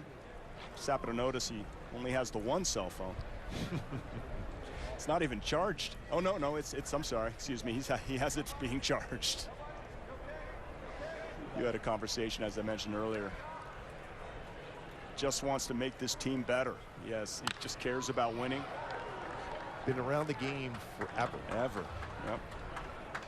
Working as a bat boy in a clubhouse in Texas, to scouting, assistant general manager, now general manager for the Angels. So I've been around the game a long time and knows exactly what it takes to build a team that can win. You could put up the superstars at every different position. You love to be able to do that. But you also want to bring in the right mix of players, and that's exactly what even Joe Madden was telling us earlier today. This is a great mix of players right now. Bullpen is something that he's talked about, as Martinez draws a walk, is being so critically important. And he also, we were talking about pitchers with a little edge to them. Noah Syndergaard, Michael Lorenzen, these guys have an edge to them. They have great stuff, they throw hard, but there's a little edge to them that everyone feeds off that around them. And we saw last year as far as really figuring out how to pitch. Patrick Sandoval did that last year. He's always had a good edge, but he slowed the game down enough, but didn't lose that edge he has. So there's some, and you're seeing guys right now that go out there and competing and want to go out there and attack. So newcomers for the Halos: Syndergaard, Lorenzen, who pitched 2 great innings today, only 22 pitches. Archie Bradley officially signed. Ryan Tepera is going to be joining this Angels team tomorrow. Aaron Loop, 2-year contract. His ERA was minuscule last year. Matt Duffy, very versatile. Velasquez can pick it. I really like Tyler Wade, the speed and versatility as well. Even you look at Matt Duffy, he's been a winner throughout his career. You bring that right kind of pedigree on your team. Guys that we mentioned have an edge to them, but also guys now that have been around winning organizations, winning teams. So you bring that all together. They're going to bring everything from their former teams into that clubhouse, and you're going to see this team going out there and performing that much better. And again, we're getting to see a healthy Mike Trout. You're going to get to see a healthy Anthony Rendon amongst those new players they've added on. Magneuris Sierra. We saw his double earlier in speed. Remains in there for his 3rd AB. Here in the 5th. 2 outs, 2 on.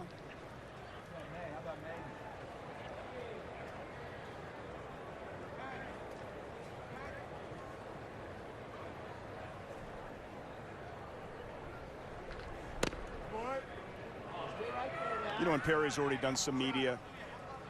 And he also believes that let's see what we have with Patrick Sandoval, with Reed Detmers, with Bachman. That's a name that everyone should be familiar with at some point. He's touching 100. So that's a name to keep an eye on going forward. Not a lot of experience in professional baseball. But when you have an arm like that, you might not need a whole lot of experience in the minor leagues to be able to go out and perform at the major league level. Trust me, you're seeing that in baseball now, where it used to be you had to go, rookie ball, A ball, AA, AAA before you get a chance. And sometimes you had a couple years in AAA, but trust me, you don't need to do that anymore. Sierra takes a strike. 3-1 count, 2 outs. Naysayers, and they exist. Listen, Angel fans have a right to be frustrated. 2014, last time they experienced the playoffs, they think, oh, just signing pitchers for 1 year, and Lorenzen, 1 year for Thor, hoping. And yeah, that's a risk you take in this game. That's a ground ball, a tough play. It is made. Sierra flies. That's the final out. Halfway through the 5th inning, Angels tack one on at 6-3.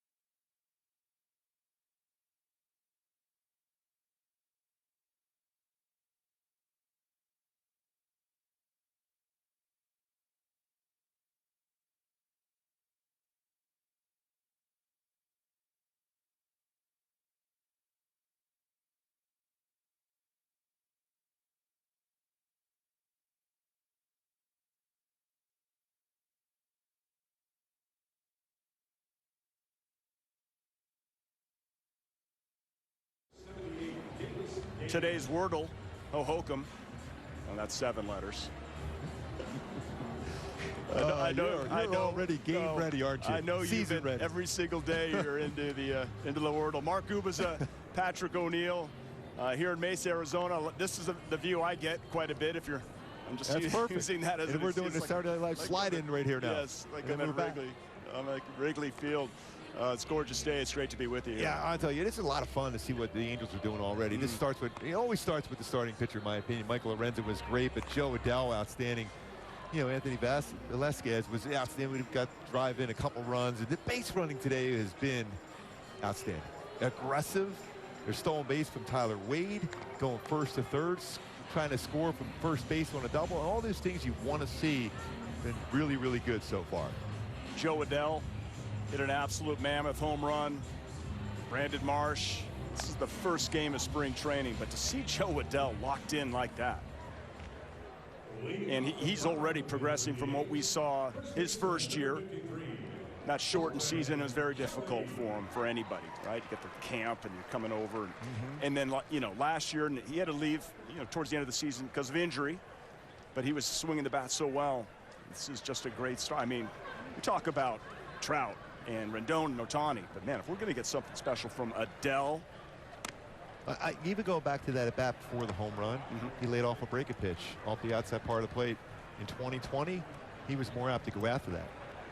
Let it go, tracked it out of the strike zone, had a good at bat, saw some pitches. He got the one pitch on the inner half, a fastball, and he crushed it.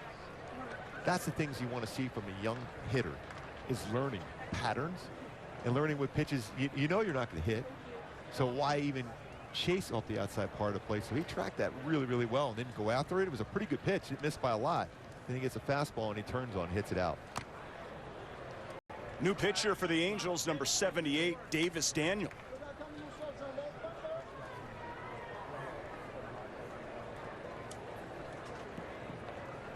So every single time these guys get in the game, it's a huge moment for them, for their family.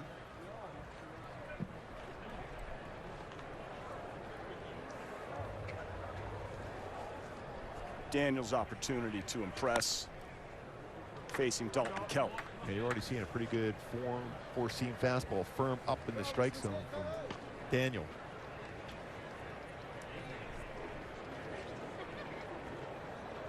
Going from that first base side of the pitching rubber, usually you do that to make sure you get the pitches inside of a left-handed batter. Got him.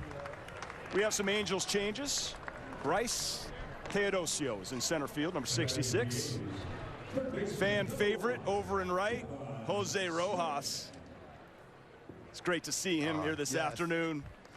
Kean Wong, another opportunity for the Angels, is playing third base here this afternoon.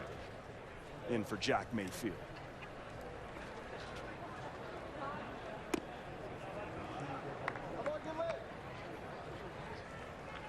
Jose Rojas could play a number of different positions. We saw him play second, we saw him play third, we played the outfield, play first base. You know he can swing the bat, he can hit a ball a long, long way, works counts very, very well too at the plate. That versatility, if you could play some quality defense at different positions, that gives you an opportunity, especially with potentially an expanded roster here early on. And he did a lot of really good things last year for the Angels in a spot where he's playing a tough different positions all the time. He's a great hitter, and that plays. He can jump on a high fastball. Usually you think of left-handed batters, usually the lower part of the strike zone, but he is quick on upper zone pitches as well. Kevin Smith up for the Angels. Excuse me, for the A's. It's Davis Daniel. He's pitching. It's Rojas, yeah, like you mentioned. Expanded roster. If you have that 28-man roster, Jose Rojas, definite chance to make the team. Even if it's 26. Foul back towards us. I think Terry Smith was ready for that one, wasn't he? The marvelous one. Yes. We'll be hearing Terry Smith on our airwaves here on Bally Sports throughout the spring training. Simulcast. Foul back again.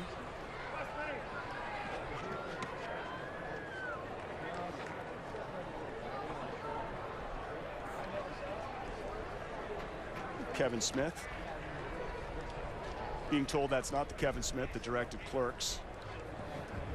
Was it Jay and Bob also? Yeah, Jay and Silent Bob in that trench coat. Big hockey fan, Kevin Smith. As Kevin Smith sends that one foul down the line. 2-2. Try to throw him a nice little slow curveball out in front of that one. That usually means you're going to see a four-seam fastball. Try to run it upstairs on him now. See if we get him a chase.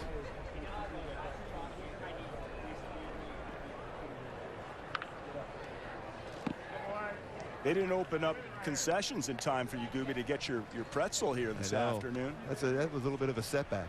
It was for you. I'm noticing some fans, some nice dogs coming up, sausages. Don't want to get you too hungry. But yeah, the pretzel would have been the way to go for you. They have them for you, Tempe, Diablo? Yes. And you have a person, you have that. No, I usually make my way down to the concession stand to grab a couple of them. Man of the people. It was great when the fans would see you, Mark. Just that we see him at the hotel, just walking around the grounds, the smiles, you know, catching sight of Ohtani or Trout. It's tremendous access to these players. And of course, Gooby, man of the people, sweet spot on the ball. The legend. Players love spring training. Fans love spring training because that interaction you have, because the games, you know, you don't have all the stress of wins and losses during the course of the season. It's a little more, you know, difficult to give all that access to fans during the regular season. Mike Trout's great at that. He does that all the time. But in spring training, you're walking right by fans, right next to them, and you're signing autographs, just having a quick conversation. That's the fun things you want to see. And I still go back to how much joy the players have on their faces when fans come up and talk to them and get a chance to interact with them. What'd you see from Daniel on this pitch to Smith? Well, remember, early in that bat, he had a curveball was in the upper part of the strike zone. He was out in front of it, so you're the same plane, but then you run a firm pitch up there. That's going to get a swing and miss. He's thinking, okay, is that a break ball? That same plane coming in is going to drop down and be out in front of it. Instead, he got the fastball, and it got it by him. Foul back. All right, Patrick, it's getting closer and closer to us up here. You're ready, aren't you? I am ready. Just noticed a touch of ginger, a touch of red hair from Davis Daniel. As you see Christian Pache. It's like he was pretty much on that last one. Well, it's not a bad miss there. That's a good spot with a fastball, just the lower part of the strike zone.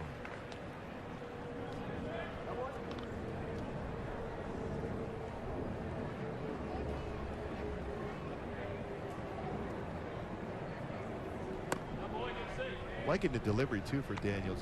He's compact in his delivery. Good follow through, driving towards the plate really well.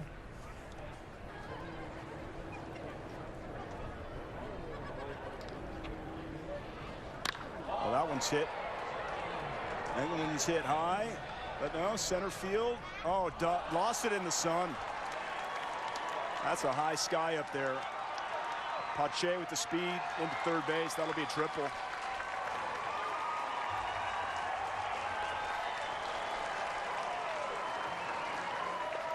Bryce Teodosio out there in center, unable to make the play. He's hit a mile high, Gooby. And he's trying to turn your body as much as possible and keep the glove up there to be able to give you a better chance to read the baseball into the glove. But these sometimes, especially at certain times of the game in Arizona, fly balls that hit high in the air are very, very difficult to track. Whether you're a veteran or a young player, it's very difficult to track this time of the game. He's around that 3 to 330 range. It's tougher.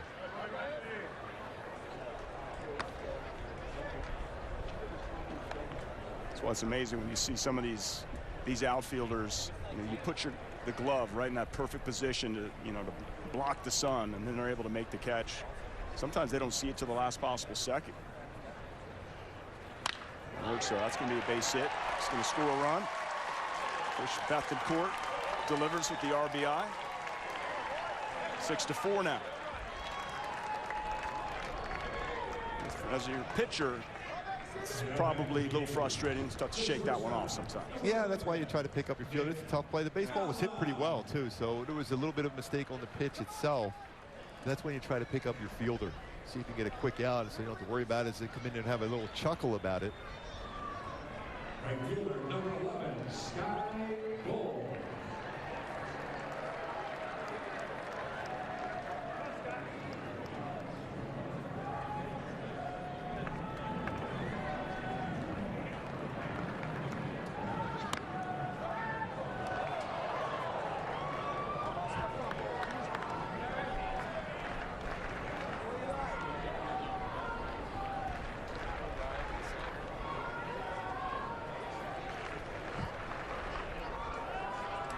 Sky Bolt now at the plate. He's got some pretty good power for Oakland.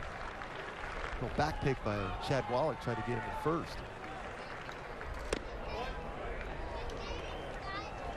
Daniel drops that one in on Bolt.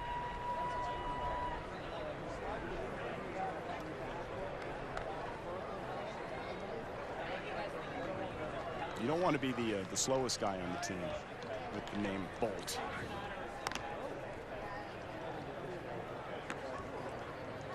And no surprise here, 93rd percentile sprint speed for Sky Bolt.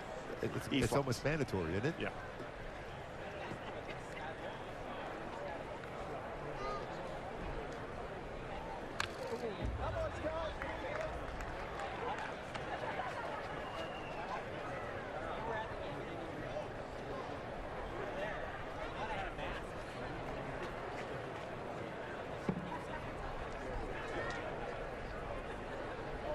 Pretty good little sequence of pitches here for Daniel against Bowl. He threw him a slow breaking ball, and then he threw a fastball inside for strikes.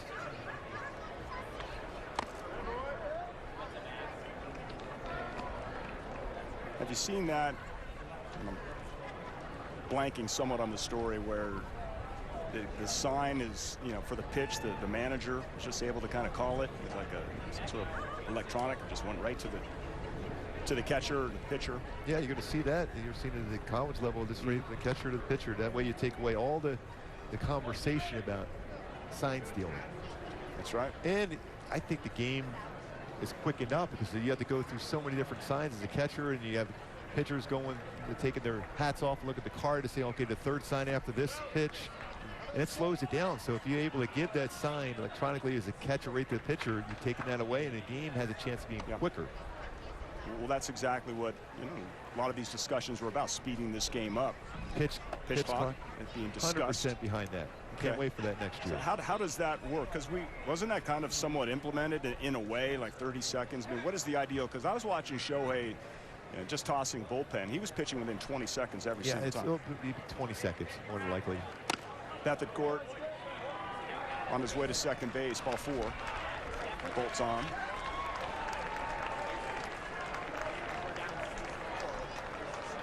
So first and second, 2 out. 6-4 game here. In the bottom of the 5th, Joe Madden is coming out. Appears to be it for Davis Daniel. We have a pitching change here in Mesa. It's 6-4 Halos.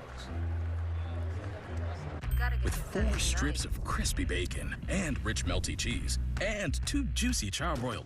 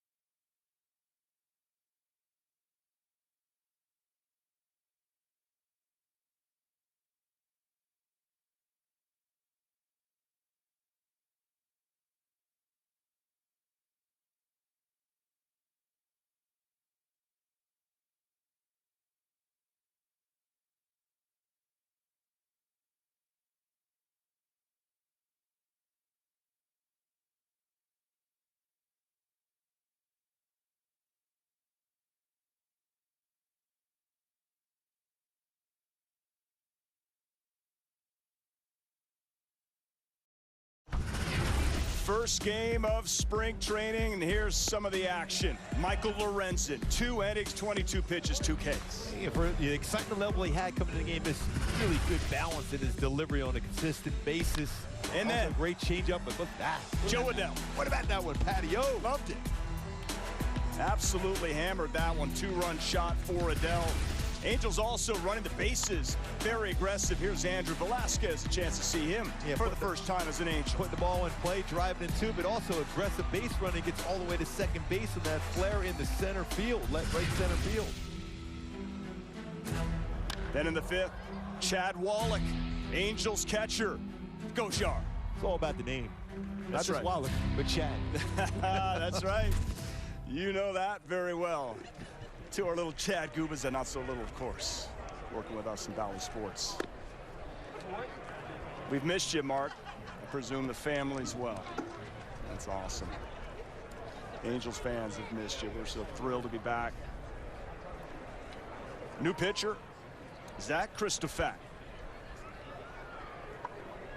Drew Jackson is up for the A's. Oh, we saw so many smiles on fans' face, even during workout this morning back at Tempe, but here at the ballpark today, knowing they're going to see some game action, and they've been seeing some action here already today in this game. Some runs scored, some really good defense, some good pitching, especially starting off with Lorenzen. For Joe Adell and Chad Wallach blasting the ball out of the yard. Angels have re-signed Kurt Suzuki, of course, Max Stassi, Austin Romine also, and Chad Wallach. Some experience behind the plate, major league experience. And you've been telling me this, as pitchers love throwing to Suzuki. Yeah. They really do. And all the conversations, Oh, they love it. got him. So, Christopher comes in, gets the job done. The Angels get out of the inning.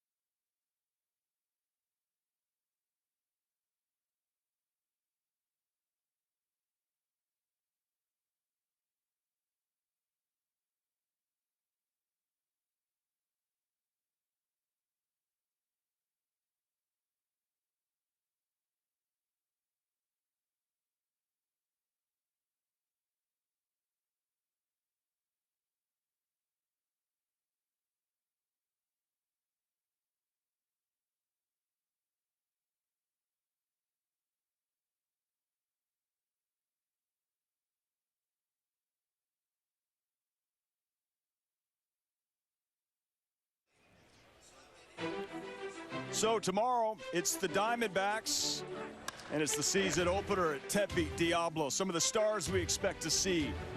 MVPs in action, Gooby and Mike Trout, Shohei Ohtani, an all-star, and Jared Walsh. And that'll be fun. I'm sure the fans will be excited for that. Shohei gave you that thumbs up, Patrick. Of course. He's going to be in there, and it's going to be a lot of fun. A couple MVPs in the lineup tomorrow for the Halos. Got to get through ePay before I can get the thumbs up from Shohei. Know how it works. And Shohei Ohtani has showed up stronger, wants to do more.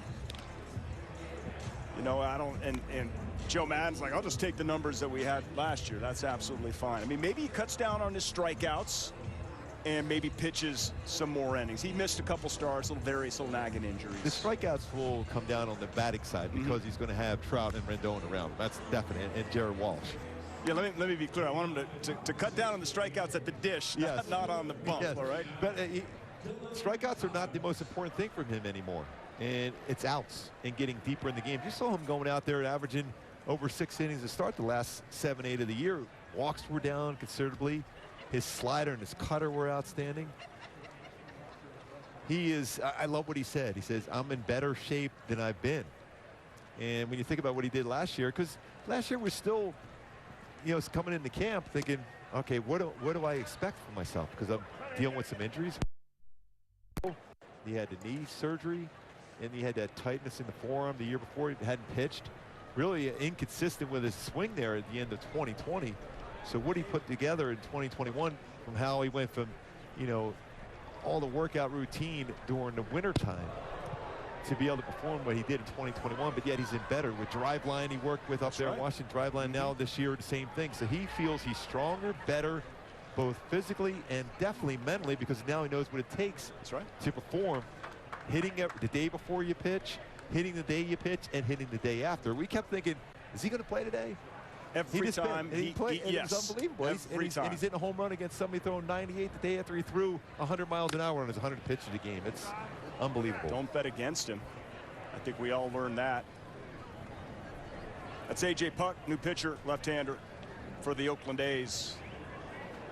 Dylan Thomas at the plate for your Halos. 3-0 count. So one of those away from Puck. And he walks him on 4. So the Angels with a 6-4 lead. 12 hits. A 2-run home run from Adele. Home run from Chad Wallach. Aggressive base running. Great pitching from Michael Lorenzen. Really, truly couldn't ask for a better start.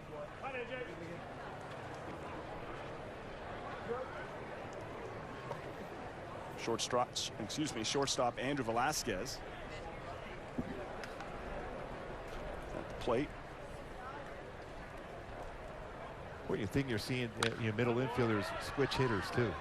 So you got versatility. You got the gloves. You can hit from left side, right side. Can run. Some balance, some depth. Pretty excited. And there was some negativity there for a while until there's a couple of bit. Craig Manassi, I thought, did an outstanding job as far as bringing in, getting those big names as far as in the bullpen. And then all of a sudden, everything changed. The narrative right away. Like, wow, this is the best bullpen we've seen in a long, long time. You can shorten up the game, get a lead, hold on to it, keep everyone healthy as far as in the everyday lineup. And now you're talking about depth. They can absorb some time missed if there's any injuries, or if you just want to give some guys some days off. You have that depth, and that's what it's, 162 games season in a more condensed schedule means you better have depth if you're going to be successful. You don't want to burn out the bullpen, and that certainly has been issues in the past. You don't want to just be 5 and dive, but the depth that you're talking about, the strength of the bullpen, maybe an expanded roster could help. We were talking about Thor and Lorenzen working out. Let's not sleep on Shohei Ohtani in the gym either. No. Okay. Because we have seen the shoulders, the arms on this guy, and he said he got stronger. And he connects with the baseball. 46 home runs. The way he runs the bases. Again, with Velasquez, nice piece of hitting. So Ohtani, what we all wish he could look like in the tank top. That's not a new photo. Now, if he says he's stronger, certainly believe him. And a huge Japanese contingency, the media here. Wonderful, wonderful people, same faces, right? They're so friendly and so excited. That pretty much looks like you after your workout in the afternoon, isn't it, Patrick? Depending the size of the shirt I'm wearing, yeah. It's medium. A lot of XLs for my man next to me here. The legend. Velasquez is a single batting left-handed, single batting right-handed. Love it. Great call. So this is Michael Stefanik. who can absolutely swing it. And he's been in AAA, just putting up huge numbers. And you wonder if he is a prospect or, you know, what the future holds for him. But there's no doubt about it, he can swing the bat. And he's forcing that conversation about it. That's right. That's what you have to do, especially when you're not a real high draft pick. Just put up numbers, and then all of a sudden everyone's talking about it. Wasn't that long ago, David Fletcher was that same guy. Every year in spring training, he's putting up these great numbers, and he does it in the minor leagues. Why is he not given an opportunity? Or everyone goes, well, he doesn't hit for power. He can hit. He can hit. And that's all you want to see is a guy putting up numbers, and eventually you'll get the attention of your team. He's certainly gotten the attention of the Angels. This gets drilled by that one. You know, I haven't spoken to any of the coaches at, you know, AAA, but I don't know if it's being blocked by some defense. You know, that might be the one thing that might be preventing him from playing at this level. The bat plays.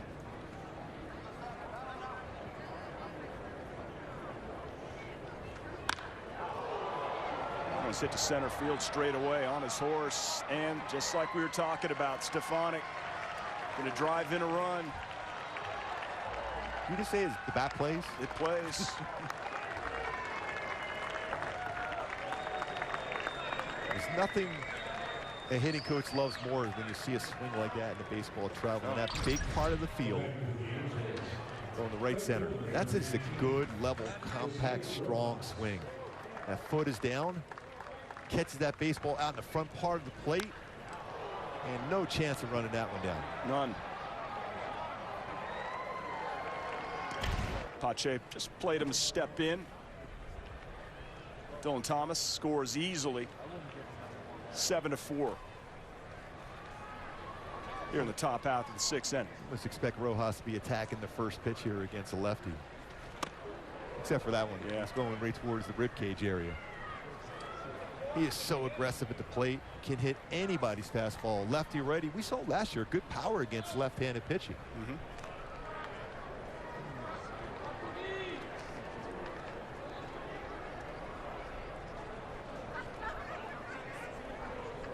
Anaheim native Jose Rojas.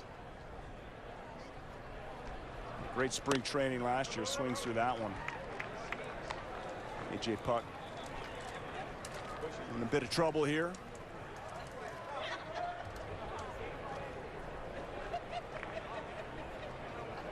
The Angels have a lot of outfielders, but Rojas can play first base, play right field. Gives you a lot of options. And certainly coming off the bench with the bat. Easy to root for. And he's not afraid of anybody on the mound. Righty, lefty. You know, Puck is a pitcher that can rush a fastball upper 90s. Average fastball last year, 95.7 miles per hour, and he had a slider, a curveball, and a changeup.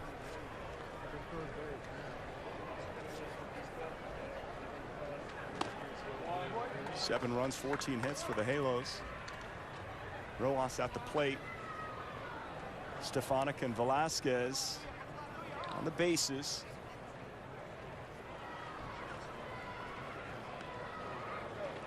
It's a big part of their future, Oakland, as far as their rotation, if they can keep Puck healthy. Always had a great arm. That's a good hack. Sure was.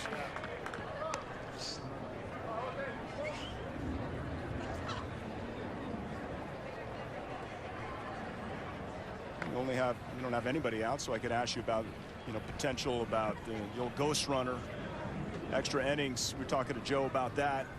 As it stands right now, no ghost runner. He had an interesting philosophy about maybe starting the runner at first base in the 10th, and then if it, or was it? He said play it regular 10th inning. 10th inning regular. 11th inning, start at first base, and then from that point forward, had the ghost runner at second. So one inning, you know, play that 10th inning straight up. Yep.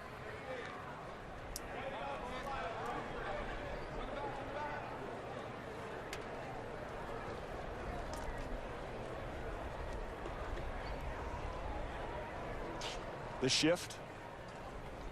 He was bringing up something interesting on that as well with the infield in here, nobody out. Struck him out. So there's some, you know, in the minor leagues, some experimental rule changes that are going on right now. I'm curious how, you know, we talked about the pitch timer and limiting the pickoff attempts. What about expanding the bases from 15 to 18? Whatever way you can keep the players healthy on the field, I'm for as far as that. And mention the no defensive shifts in AA and A ball, low A ball. You have to be on either side of second base. You got to be on the infield dirt. So Joe's already planning on that. If it was supposed to come into play next year, is no shifting. So he's going to try some different things. We'll probably have some fun with that going along with Joe, but he's already planning ahead with that. We don't want to tip anybody's hand on what the plans were. I understand. Yeah, but you know he can't wait to implement his own version. The rules were made to be broken, I suppose. But I think we'd all be in agreement. Like, how long did it take you to throw the ball, Mark? Are you in that 20-second range? Well, you know me, Patrick. I have like zero patience, so I literally was like, I never shook the catcher off. You know, we had a game plan coming into the game, and I wanted to make sure. I was a pitch to contact guy, so I needed my defense to make plays behind me if I was going to have any chance of winning the game. So the quicker I worked, the better chance they were on their toes. They're going to make a play. So if I waited 10 seconds, I think that would be a long time. I even know when it was a man on first base, you know, that there was pickoff throws. I didn't throw a lot over there, and I tried to hold the baseball. I know that's the best way. I talk about it a lot during the broadcast. The best way to slow down a running game is to hold the ball. But you know, I used to do that drill saying UCLA to hold it that long. But I would get the U, and then I was already going home. I couldn't even get the C before I got to LA. So I was always about tempo, as quick as possible. Guys behind me were more apt to make plays because of that. Early in my first year when I was walking guys and working slow, yeah, there was a lot of base runners and a lot of just missed catches because I wasn't working quick enough. It's my job as a pitcher to put my defensive players in best position to make plays and not be to work quickly. Earlier in your career, it was not only UCLA, it was the 8 clap also, right? Chad Wallach draws a walk. Bases are loaded. One down. Little chat with Puck right now on the hill. You're talking about that shift. You know, somebody like Joey Gallo, right? You know, crushes it, and Trout was talking about this. You square up the baseball. You hit it right to right field. Should be a knock. And you know, there's a guy there. You know, the Angels that, you know, shifted the 9th most in Major League Baseball. Excuse me, but I think that the fans, I don't think it's something that they like very much. Yeah, and a lot of people will go, well, why don't you just hit the other way? And then you have people, you know, hitters now that are in the game thinking, it's a little different, though, trying to just hit the ball the other way, do whatever with the bat when you're facing guys throwing 100 miles an hour. Like from the starting pitcher, all the guys coming to the bullpen. So it is definitely way harder to hit now than at any point. So, yeah, it's not easy to say, okay, just to hit the ball the other way. It's not that easy, especially when you're programmed now to try to lift the ball in the air. It's really hard to hit the ball the other way on a consistent basis when you're hitting the ball in the air, as far as staying away from hitting the ball on the ground with the shift being put on. So there'll be adjustments made, and everyone will make adjustments going forward. Everyone's going to think it's going to be difficult, but it won't be in the end. These guys are tremendous athletes. Yeah, I think it's, you know, personally, it doesn't really bother me that much. It's just become part of the game right now. You know, when I mentioned that the Angels, you know, were the 9th most in baseball in terms of, you know, percentage, like, so how often, what's the percentage of the times that they would do it? 35% of the time. It's almost not quite half, third of the time. The Dodgers, by the way, the most in baseball, over 54%, over 50% of the time they're in some sort of shift. You know, they got charts. Play the percentages. If you don't like it, beat it. Yeah. The Astros have always been a team, but to be successful when you're putting the shift on, you have to have pitchers to buy into it, and you have to hit your spots. So if you're like the Astros, 82% of the time you're shifting against left-handed, you know, hitters. Well, you better be able to hit your spots as a pitcher, otherwise you're pitching against your defense. Kean Wong, line drive left field. Velasquez is going to score easily. The Angels take an 8-4 lead. Good piece of hitting. Yeah, it was. Take that. Speaking of going the other way, Wong hit that one. Yep. Very good to left field. Drives in a run against a lefty. Tough lefty in A.J. Pop.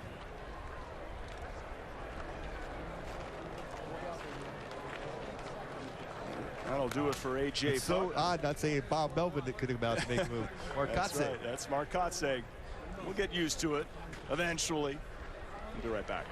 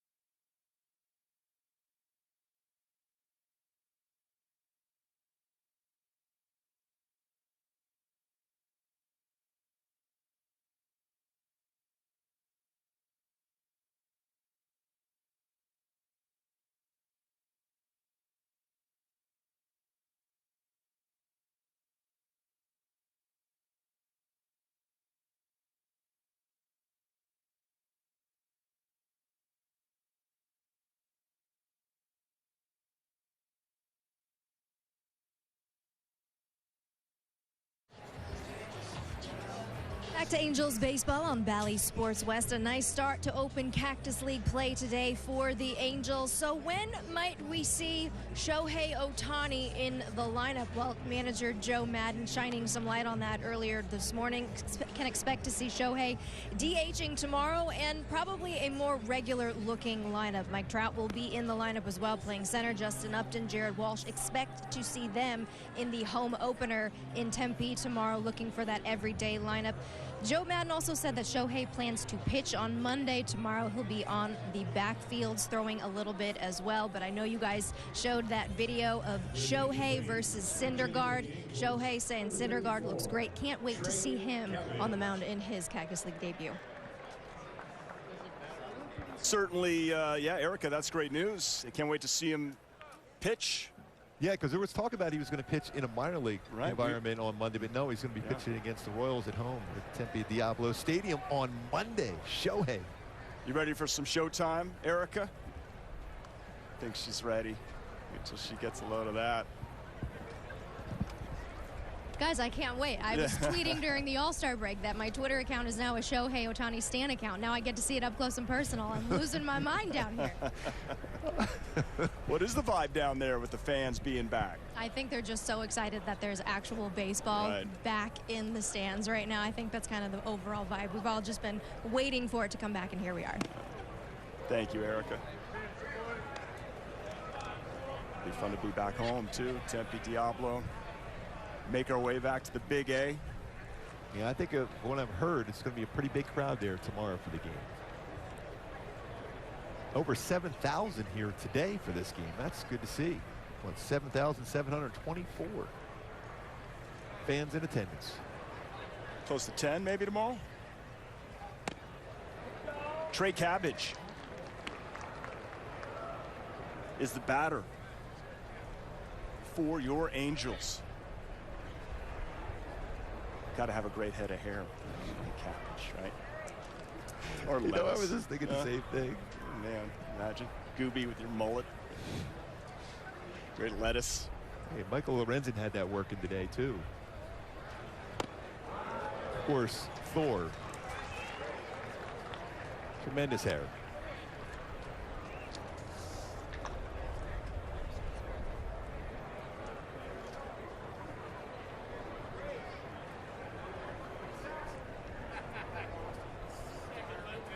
Now pitching for the Oakland A's, Trey Jimenez.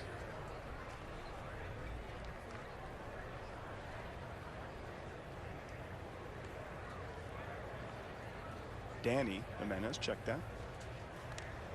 Gets away.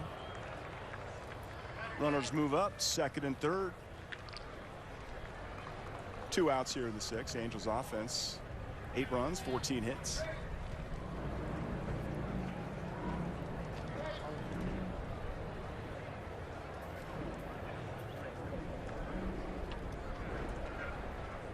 There's a lot to like of what you're seeing on the offensive side today as far as the approach at the plate, where they're hitting the baseball, how they're working counts, not chasing a lot.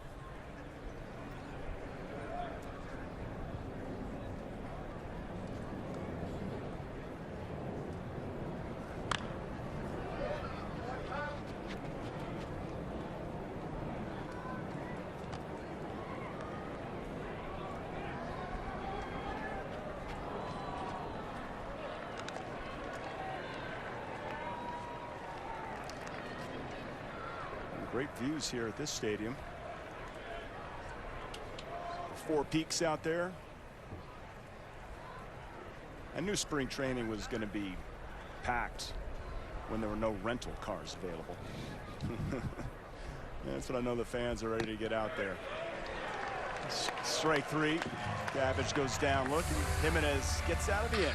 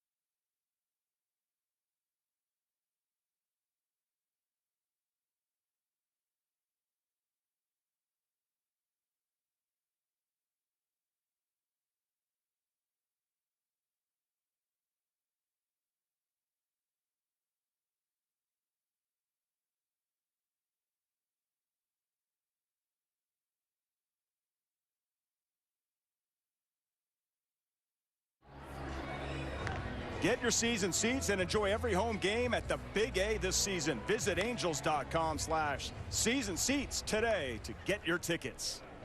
Season seats, way to go, Pat. Let's go. Some Halo fans in attendance here, little ones.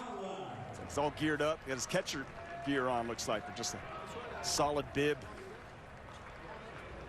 How great is it to see the young fans here at the ballpark today?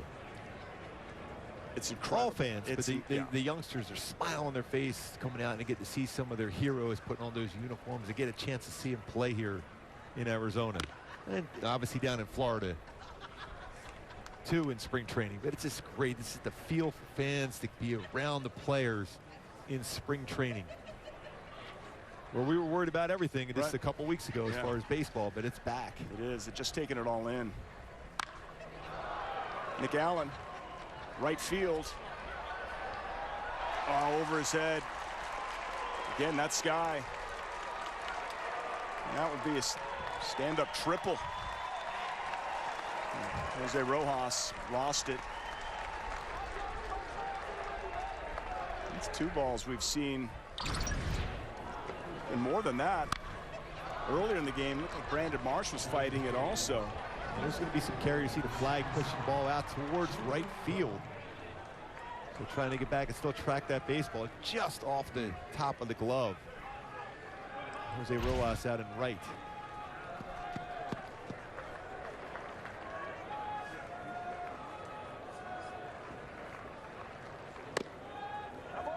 Zach Christophack still pitching for the Angels. Jonah Bride now batting for the A's.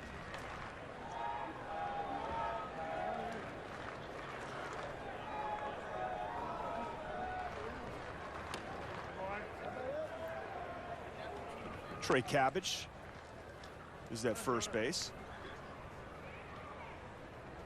Has a little Jared Walsh-ish, who I saw earlier today. It's a fly ball, center field. It's playable. Should score a run for the A's. Makes it 8-5. Sac fly right there for Jonah Bride, and an RBI. What a season the All-Star had, Jared Walsh, last year. Power numbers, great fielder at first base. Remember at the beginning part of the season playing a little bit of right field, but he's an excellent defender at first base. And I still remember that home run he hit against Aroldis Chapman in New York. What a comeback that was. That was a Shohei Ohtani start, in which he struggled, and the team came back in that game. But a grand slam, I think it was the first grand slam that Chapman had allowed to a left-handed batter in his career. And that was so impressive. That was an incredible moment. Rengifo had a big hit in that game too, as I remember. That's right. Angels did their best to battle through all the injuries. You knew it was going to be extremely difficult. Now Mike Trout had a setback. I think that maybe if the Angels were in the mix, could have maybe pushed it a little bit. Joe even alluding to maybe putting Ohtani out in the outfield and having Trout DH, but it just ran out of time. You know, Ohtani would have did that too. That's the thing. Shohei's all about giving the team the best opportunity to win, whether it's on the mound or the plate, if it meant in the outfield or stealing a base. Remember that at bat he had that last game of the year where Seattle was trying to get into the postseason, where there's a number of teams battling for that last spot potentially, and he homers the first at bat. It was his 100th RBI of the season that game. Strikeout for Christophack. So you talked about it. Let's go back to June 30th and see what Jared Walsh is able to do against Chapman. Remember the rain coming down, and then oh, the bat flip, beautiful. That was a long, long night. That was an incredible game. It really was. That was a great game. A lot of the same nucleus intact for this team. Yet to see what we can do with Rendon. By the way, our men and women in the truck here, already season ready. The stuff they're able, we're just talking about something and boom, they got it like that. That's outstanding, everybody. Really good. Dermis Garcia is at the plate for the A's. Number 72, 76. Start getting into the 70s here in the late innings.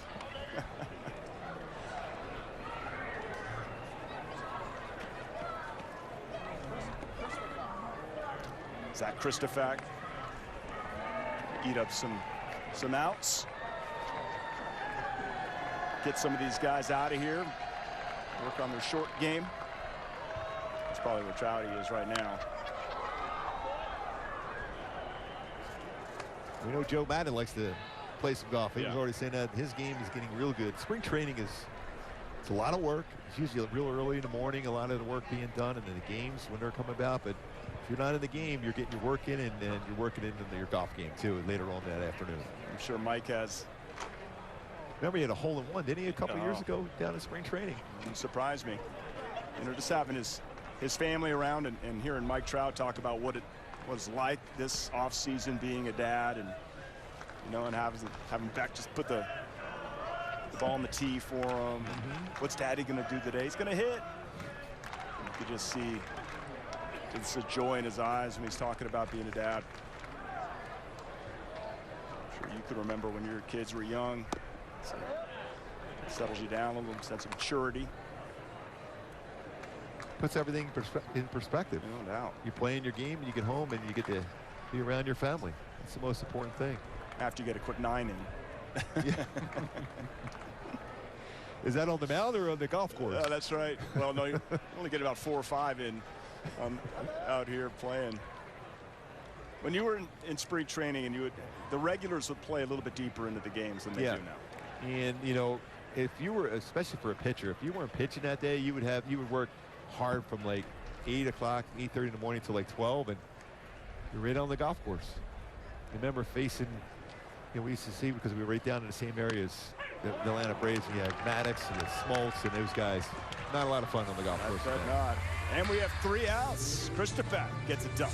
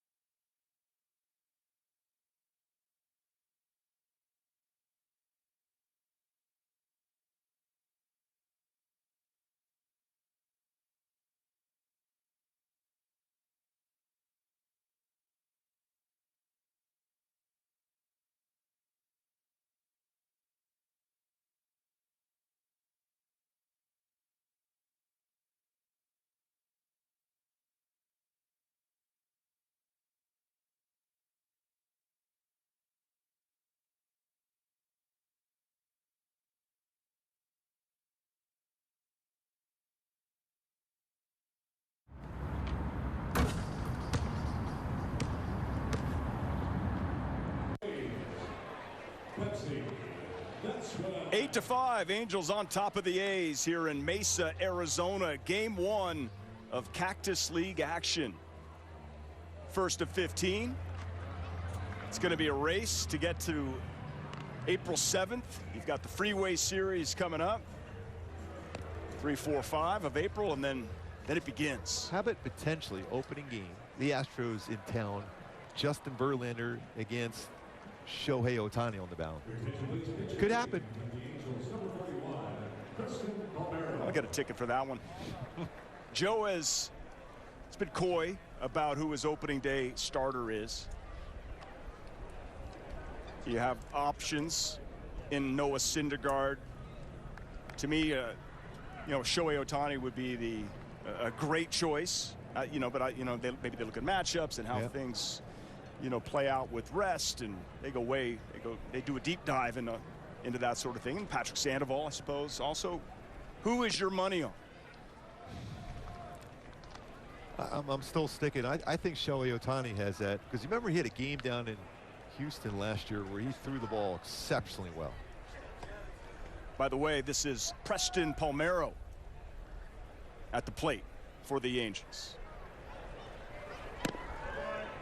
Takes a strike. Danny Jimenez remains on for the A's.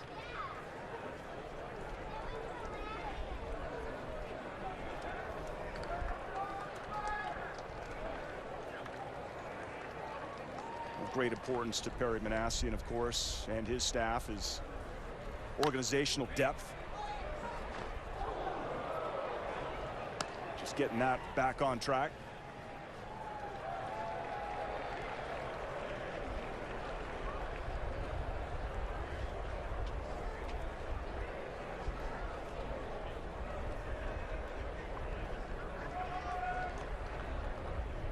thankfully, we get a full 162. It's a ground ball for Palmeiro. Second base. Lopez throws him out. Let's take a look at our first 4 series of the year. Versus the Astros, the 7th through the 10th. Playing the National League East this year, interleague. The Marlins, and then you go to Texas and to Houston. And Texas has revamped, and you see Houston quite a bit, who are still haven't figured out what they're going to do with Carlos Correa. How about that middle infield for the Rangers now with Seager and Simeon? That's power up the middle for Texas. Going back to that game where Shohei, May 11th, 10 strikeouts against the Astros, 7 innings, gave up 1 run. So that's a possibility when I see Shohei against Justin Verlander, who's back after dealing with Tommy John surgery himself. Shohei did that. Noah Syndergaard is going through that process. That would be an incredible comeback for Verlander, who must really love the game at his age to do everything that it takes. Well, get paid pretty well too, I suppose. A lot of reasons. But that would be a great matchup. I was watching his bullpen session the other day. He's so excited. I mean, it's such a great feeling to see these guys with this energy in spring training and then carrying them into games already. Bryce Teodosio is at the plate for the Angels. Here in the 7th inning, talking to Terry Smith and some of the Oakland A's broadcasters on the radio, and they said good luck when you get to the 6th and 7th inning. I said, oh, thank you very much. I think it's great to see all these young players. And biggest thrill in your life as a young player. Absolutely, has to be. I still remember the first game I ever pitched in a similar situation. It was against the White Sox. My 3 guys, as I remember. Carlton Fisk was in the lineup. Ron LaFleur. I remember, and Greg Lazinski. I faced those 3 guys. And I remember, well, I don't remember because I think I was trying to throw the ball about 8,000 miles an hour. But I went 1, 2, 3 inning. But it was the biggest thrill of my life. I knew I wasn't going to make the team. That is a big league pop-up. First base unable to make the play. Teodosio on his way to second base. The throw, he's out. That is a good throw to second base. Teodosio trying to take the extra bag there. That's another high pop fly that's just been difficult for these fielders to handle. And it's the easier play for a first baseman, but didn't even get level to give him an error on that one, but a quick throw and reaction. As a catcher, it's a tough play. As a first baseman, you go in, but he overran that baseball because it's hit so high and it's drifting away from you. That's something when you haven't done it a lot. There's drills you do that in spring training. They have these machines that simulate pop-ups, and they'll do that throughout spring training, but they haven't had a lot of time before this first game, so you're going to see more and more of that as they go forward. Each team working on things. Routine as it looks like it is, pop-ups and fly balls, they'll be working on that. Logan Davidson alertly picking that ball up and firing it down to Nick Allen to get Teodosio as Dylan Thomas steps in. 2 outs.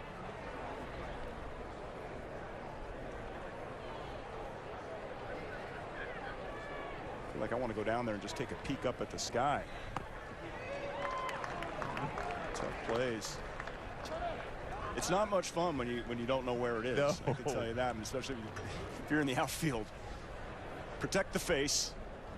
Think of what was the movie, The Gremlins. You just couldn't look at the light there, so I wouldn't think I'd look at the sun either. Mowgli. Yes. Yeah.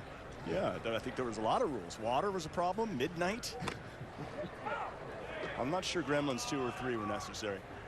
But it's never a bad time to reference a Gremlins movie in the middle of the game, though.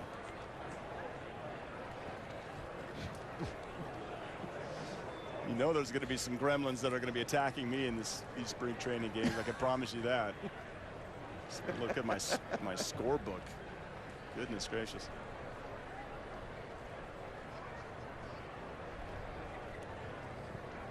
Top 7, 2 out. Chopper. Allen comes over, throws him out. 8-4. Bottom half. Stretch time.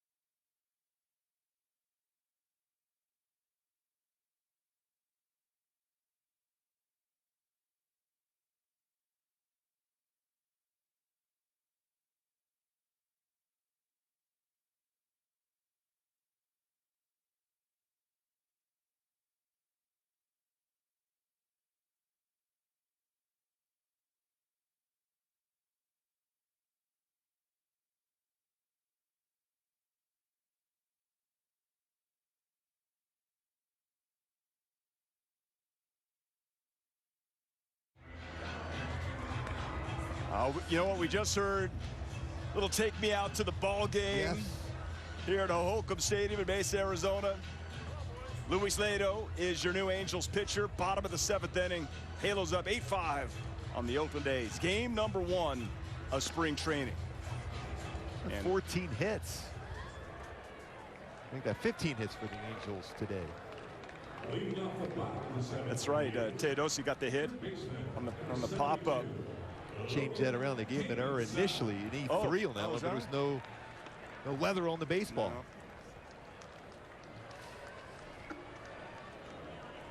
No. Logan Davidson digs in.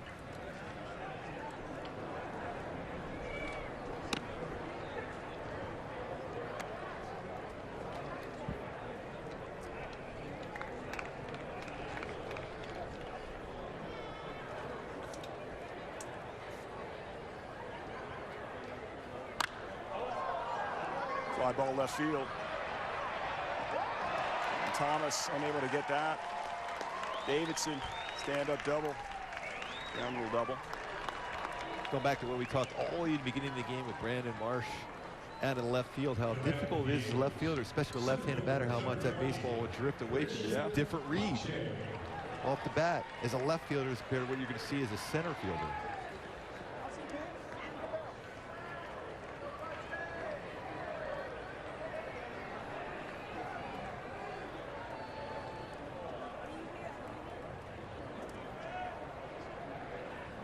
Maybe that's why Mike Trout's like, I just want to stay in center field. You know, I think there's something to be said about going down in history as one of, if not the greatest center fielder of all time. And I think as long as Mike Trout is capable and wants to play that position, he should play there. Physically able to do so, definitely. Ground ball. Hot corner. Tough play. Wong. Oh, beautiful play. Yeah, nice recovery. There's Apache, who runs very well. He said, wow. That is the hot corner. It is. No panic. Under control. And a good firm throw to first base.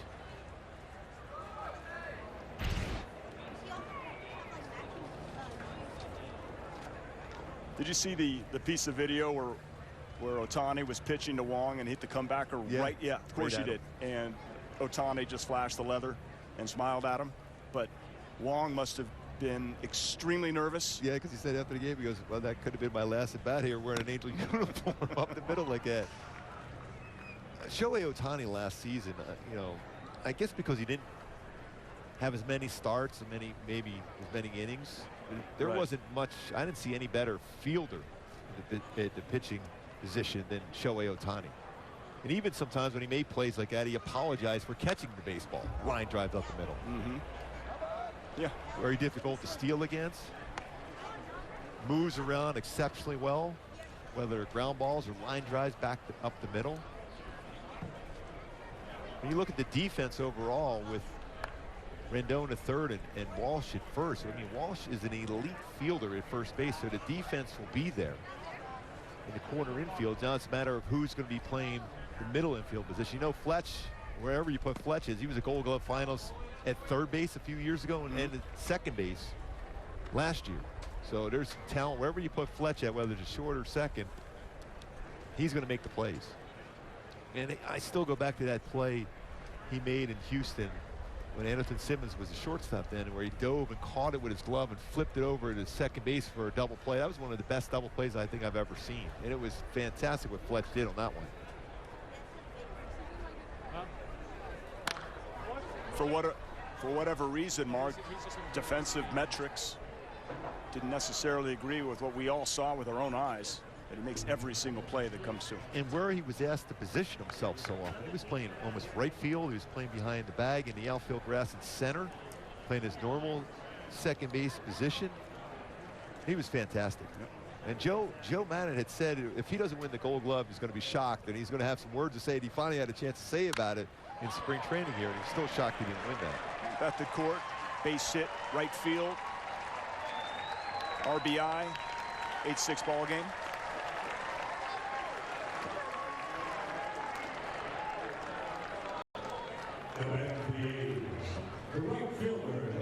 If you're talking defensive metrics, you know, David Fletcher had 9 outs, above average, which is the second most among second basemen in the big leagues. 9 outs above average. You know, Jared Walsh also on that side doesn't fare very well defensive metrically, speaking. So they can make the plays. Yeah. That's outstanding. Where you rate those metrics for David Fletcher at second base. Second best among second basemen in all of baseball. I mean, that's Tommy Edman from St. Louis led baseball as far as that. But when they vote for the Gold Glove, there's some percentage is just based off a computer formula that works into the vote. I mean, Marcus Simeon's an unbelievable player. I mean, to make that transition as a shortstop over to second base and do the job he did and put up those offensive numbers, power numbers. See him a lot more again now that he's in Texas. We were kind of happy when he went up to Toronto. Now back in the same division as the Angels. But Fletcher was outstanding.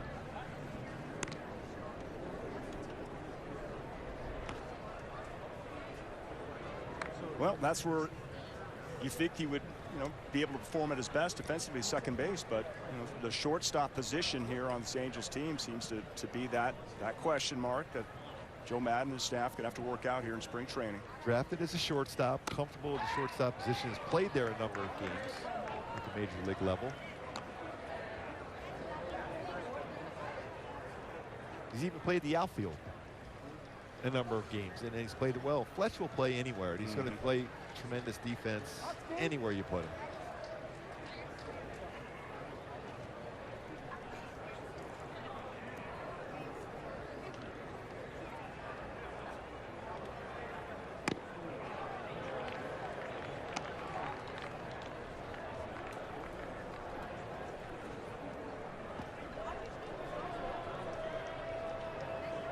Mulrine behind the plate now, taking over for Chad Wallach. That's right, Anthony Mulrine getting some run, number 98.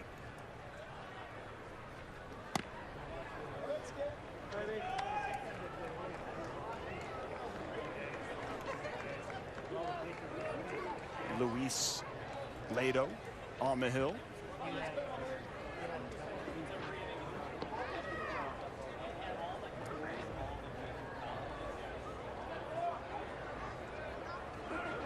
Betancourt on the move. But ball 4 to Bolt. Let's go back to the 5th inning and see Chad Wallach unload for a home run. Pretty good to be able to drive it, break a ball like that early in your first at bat. To be able to hit the ball that far, timing right, catch it out in front, using that lower half to create that leverage to lift it out. Chad Wallach with big league experience with the Miami Marlins. Definitely some good insurance at the catcher position for the Angels. Here's a top prospect in the Oakland A's organization, Tyler Soderstrom. I speak very highly of this young player. Tremendous potential. Future big leaguer without a doubt.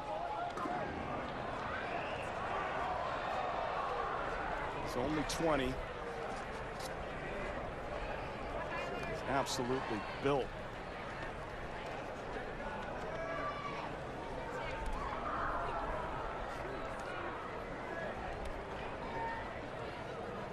Tough matchup now for Lado versus Soderstrom. Ground ball foul. What you look for, especially for a young hitter like this, a 20-year-old, big time prospect, is the patience at the plate and not swinging at a pitcher's pitch, trying to get something in his zone to be successful.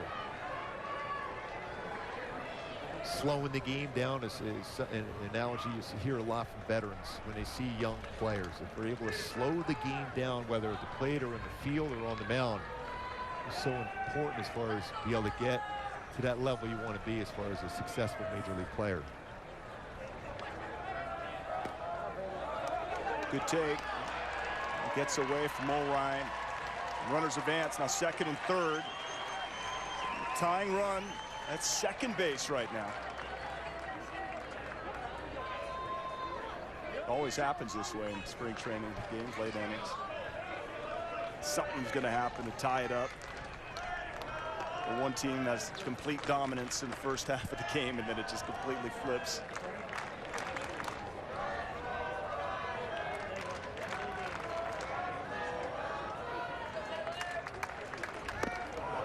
Great pitch. Well, they had some bite to that breaking ball. 2 outs. Love to see that. You know, when you have guys in scoring position, an out can result in a run, so you need that punch-out pitch. Having that one. Soderstrom was not looking for that. See the frustration. He's trying to, at the very least, make contact to get a run home. It's a good pitch. Nato was able to get a swing and miss when he needed to, but it's still a big out up here at the plate, so don't lose focus. Nick Allen takes a strike. Another good breaking ball.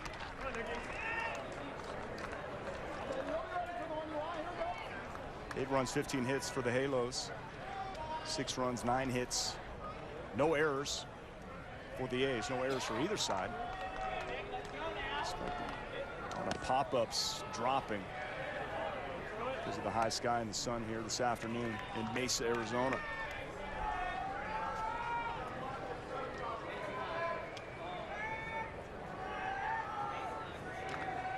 The Angels would do drills like that with fly balls with the machine they have, and they're doing it in the sky and work on that. There's fly ball, especially here in spring training in the environment. Gets away from O'Ryan. Play at the plate. Runner comes in to score. 8-7 now. The runner advances to third base. He gets away. Wild pitch, I would assume. And when a baseball is spinning and it hits the dirt, it's going to go different than it would be a fastball. So it's when you think it's going to spin the one way, when it's breaking ball, it's going just the opposite way. You think, okay, backhand. That is always a dangerous play for a pitcher. When you're covering the plate, they're always taught to get around the back part of the plate, because there's been some collisions over the years where you're running in there and the guy's sliding at the plate. That's where you get into problems. You can get hurt.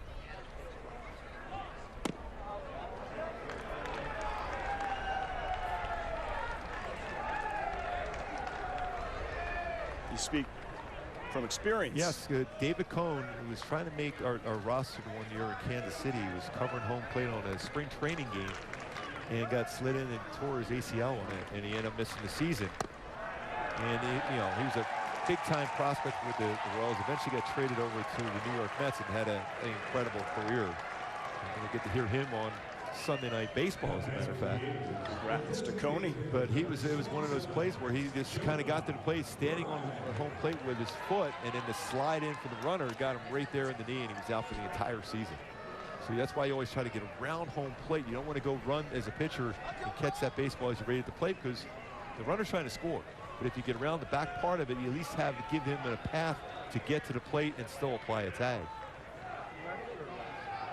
So you got to absolutely beat the runner and get behind the plate. And that's something, you know, we always talk about, you know, the sprint training pitchers doing fielding their position, PFP. That's one of the drills you do too, on a wild pitch, how you get to the home plate. As soon as you see that ball in the dirt, your reaction is get to home plate as quick as possible, but to get around and avoid the home plate area.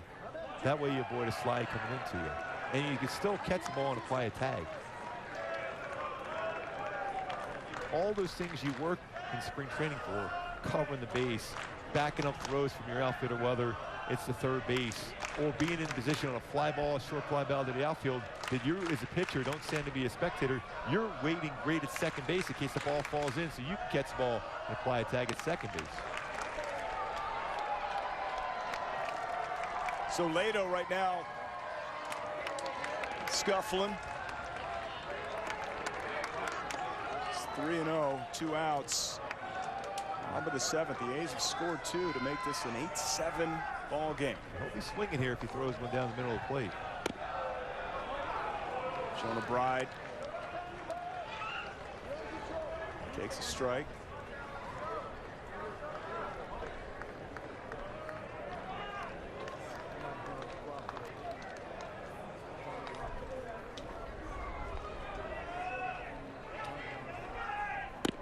And walks him. Base is now loaded.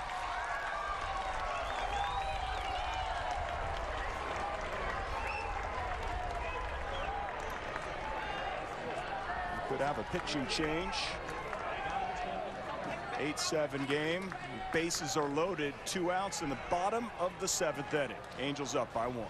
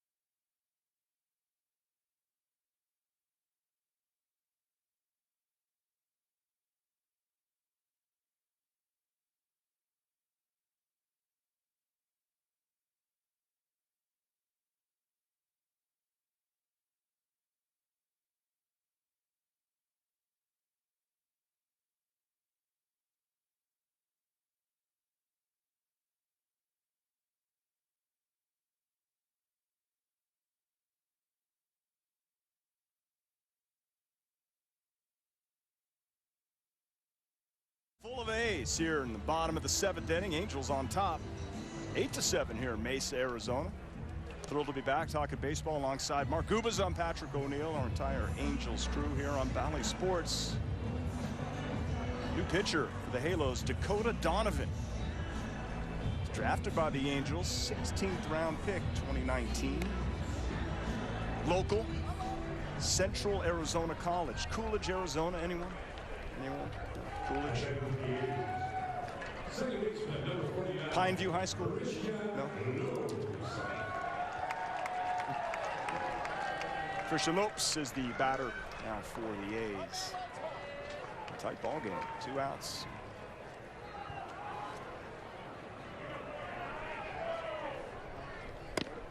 A little action on that from Dakota.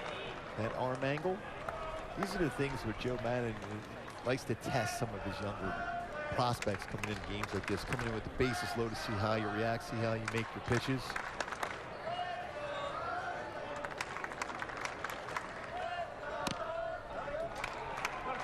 1-1. The life of a reliever in spring training. He wakes up this morning, wonder when I'm going to get in the ball game. Oh, how about bottom of the 7th, 2 outs, bases loaded with a 1-run lead. Go get him. No, thank you. It's a line drive hit well, right field. Rojas over, and he makes the catch. Come on. That's Jose Rojas, way to baby. Go. Jose Rojas, Anaheim's own. On your feet, one more look. That's how you do it.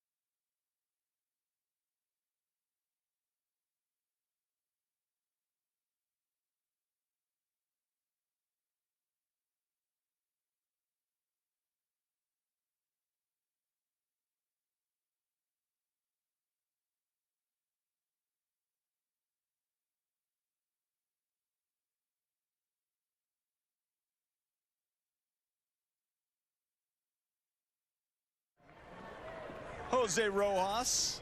It's all smiles in the Angels dugout after ending that 7th inning. The bases loaded. Dakota Donovan is on the hill, and the ball was absolutely crushed. Beautiful catch. Top 8, Andrew Velasquez. Another look. Good read. Looked like a gapper all the way. Love to see that effort by Jose Rojas.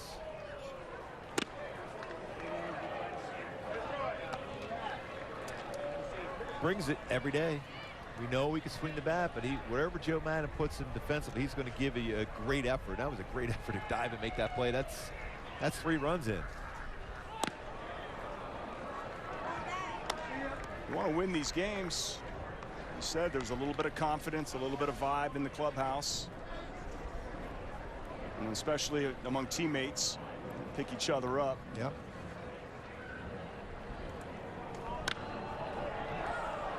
Number 69 in for the ace, Chester Pimentel. Catching, completing the battery for the A's. Top prospect. First round pick Tyler Soderstrom. We have a great young catcher in Sean Murphy for Oakland, so the way things are going with them, you never know.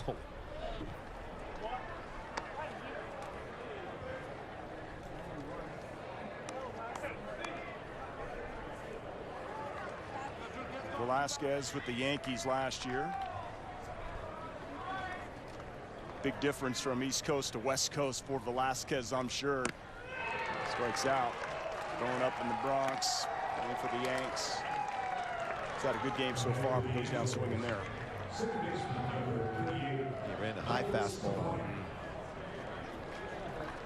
Stefanik. Big hit earlier in this game. Double. Scored a run. Might have been Luis earlier. But any opportunity to swing the bat for this man. He is hit. Let's put his name on that radar now. It's good to see.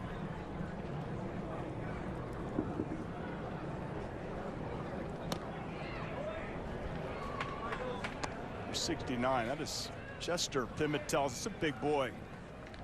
Oh, Chester. Bringing it. It's a movement on that high fastball.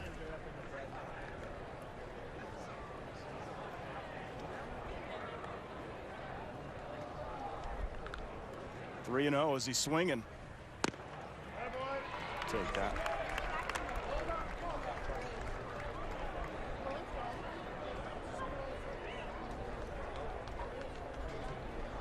Three and one. Fouls it back, full count. Nice little battle here between these two. Phonic with a real good swing right center field for a double. Last at bat. Whew.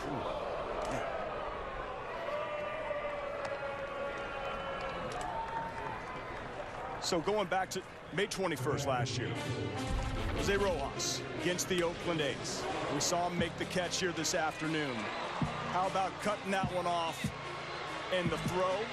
Perfect little relay, Fletch. Got him. Not done there, though, Gooby, is he?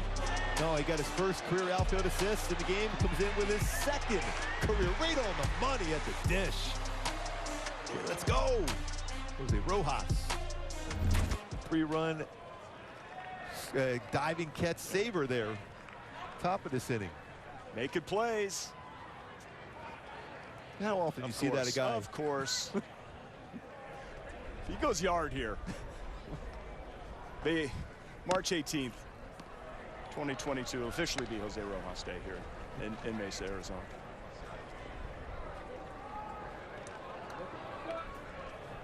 Apparently the mayor of Mesa is here throughout the first pitch, so we know people, possibly a key to the city. Well, you're Patrick O'Neill. You know everyone. That's right. Without you, I wouldn't have found it here. Are you kidding me?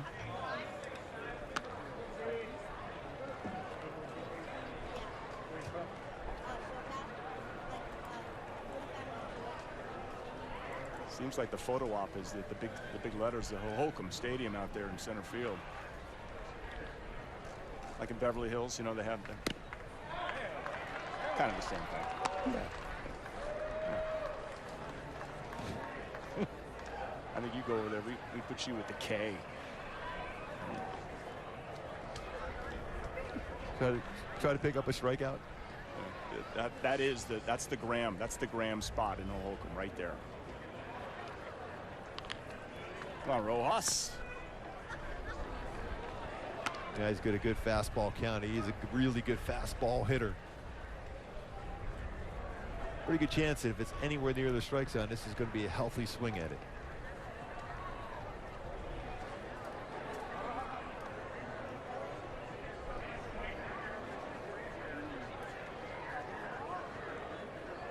Runner goes. Walked. First and second.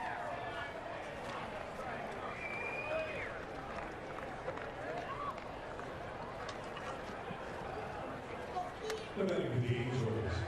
8-7 game. Angels have had a lot of base runners here this afternoon. 15 hits.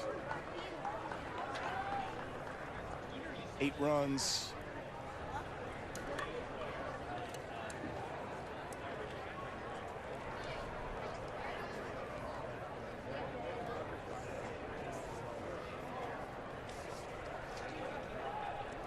Catcher Anthony Mulrine steps up. One down.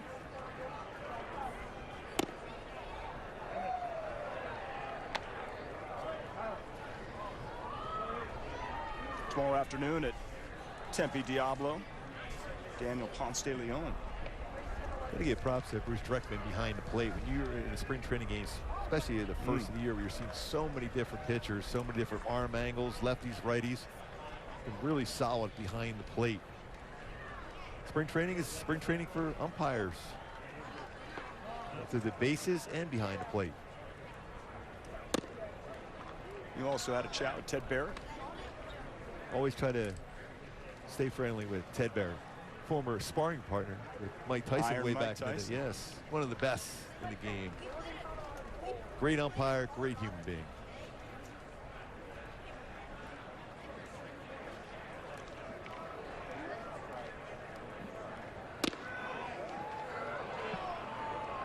Now that Iron Mike Tyson's made the broadcast, I lost $5. I did not see that one coming.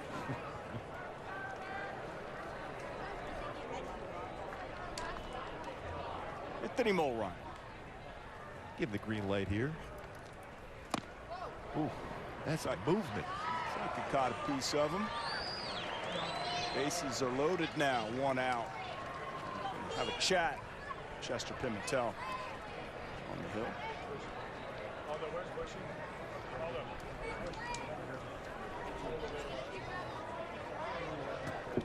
The old thought is, after a pitching coach comes out to the mound, is as a hitter, think, okay, first pitch is going to be a fastball, so just gear up for a fastball. He's going to say, you got to go out there and attack the strike zone. So more likely, you're going to get a lot more of the plate first pitch.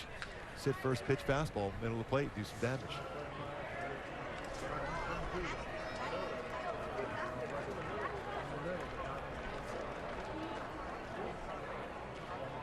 Kian Wong gets an opportunity for the Angels here late in this ball game. Add a little insurance. Which pitcher would be eligible for the victory? Let's still be a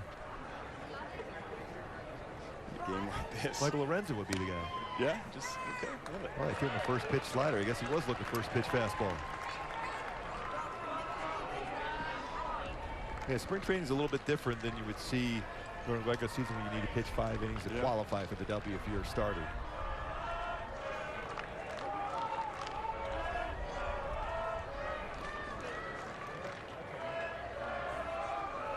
Kian Wong, ground ball. That could be 2. There's 1. Double play. Chester Pimentel gets out of it. We head to the bottom half of the 8th. Angels lead 8-7.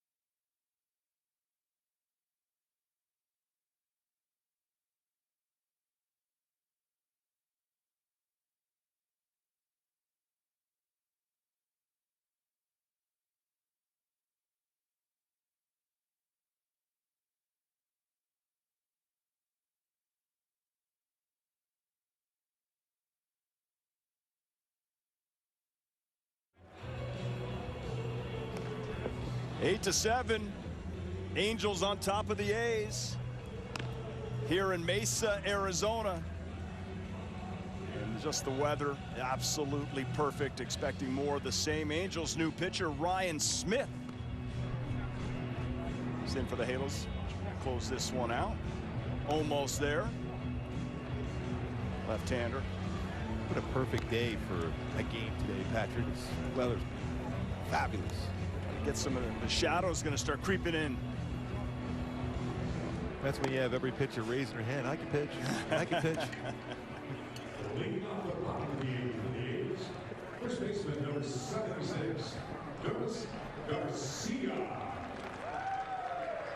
Dermis Garcia. Big fan, 76. Lefty-righty matchup here.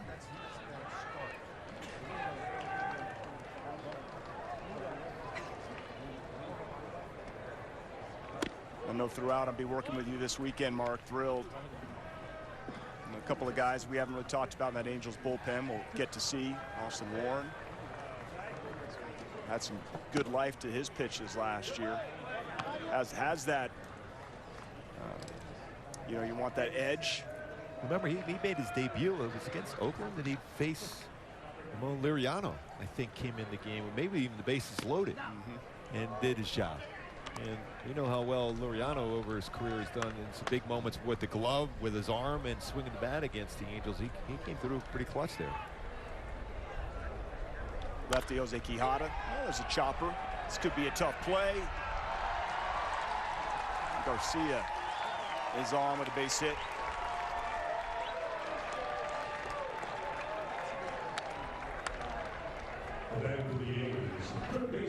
Sonic unable to make the play.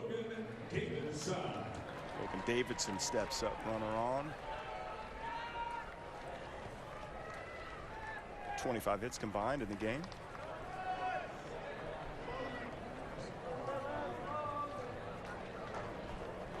It's nice to see the ball put in play.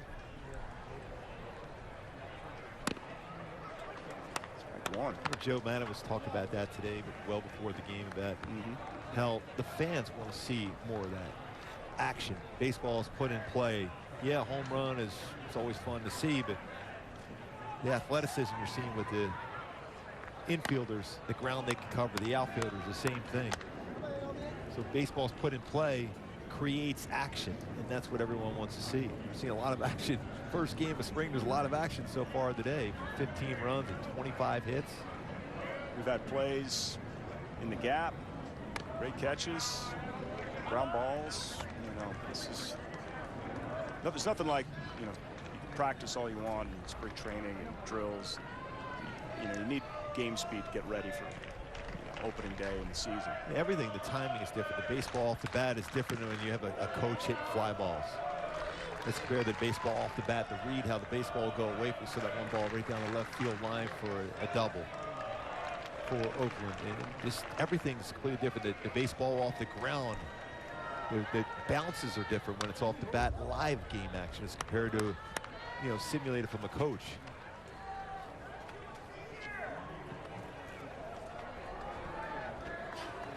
For a lot of these pitchers, they're not going to get their normal reps that they would in a normal, you know, spring training where you get 30 games. You might be able to get up a bunch more. It's going to be, you know, I would think where pitching in the bullpen might be a big issue for a lot of teams. Three got him looking. So we were talking about Austin Warren, and in your mind it's like a steel trap. And our crew, wouldn't you know it, you bring it up and we go back to July 29th. Austin Warren's family and friends versus the A's versus Loriano, and he got it done. And how do you? I have no idea. How do you do it? But that was great to see, and that's where, you know, he's a slight build, and his story's been really, really good. Oh, it's a line drive, left field. Oh, nice catch. It's a good read off the bat. Oh, it was scalded. 2 outs. Ryan Smith. Their strikeout. It's a line drive.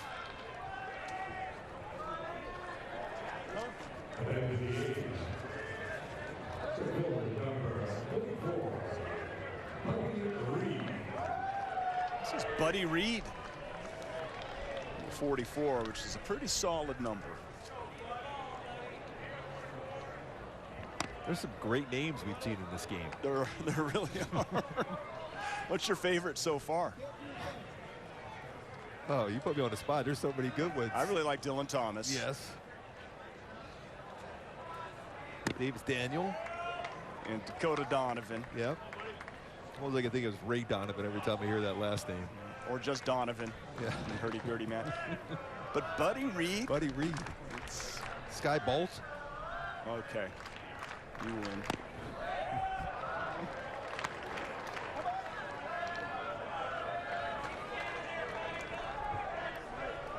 Well, my favorite name will probably see DHing tomorrow. Showtime. You got to get any sleep tonight at all, Patrick? You're going to get too excited for that one. It's going to be fun to see that. We're all going to be ready for that one. I didn't get much last night, so I hope I do tonight. Sun, that's strange. What kind of blinds did you call those? Wood shutters? Yeah, shutters. Yeah, oh yeah. It's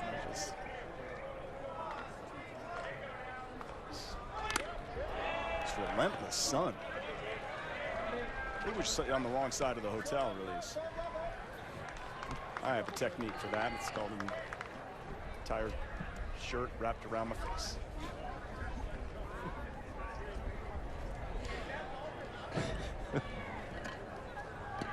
I made it to 7. Well, at least there wasn't a line for coffee.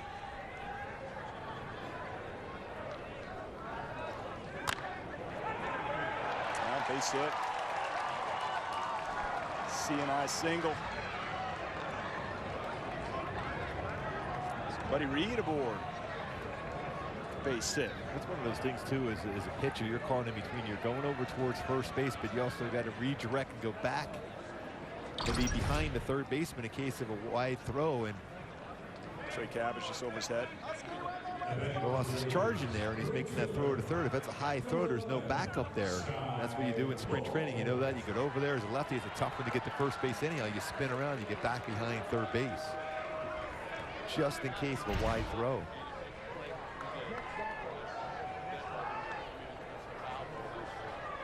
Your favorite player of the day, Sky Bolt. Did he? I think he did. Hit that one a long way. That's a 3-run home run. Sky Bolt gives the A's the lead. First pitch, crushing. 10-8.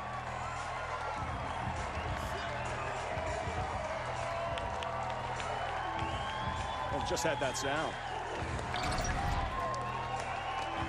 Hit on the inner half, especially early in the count. That's what you want. If you're a power hitter, you're looking at inner half. That's when you're going to turn.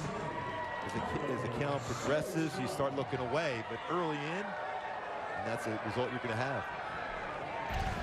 It's Joe Adell's territory. By the way, I don't like that name anymore. I did for a moment. I'm going to go back to Trey Cabbage, though.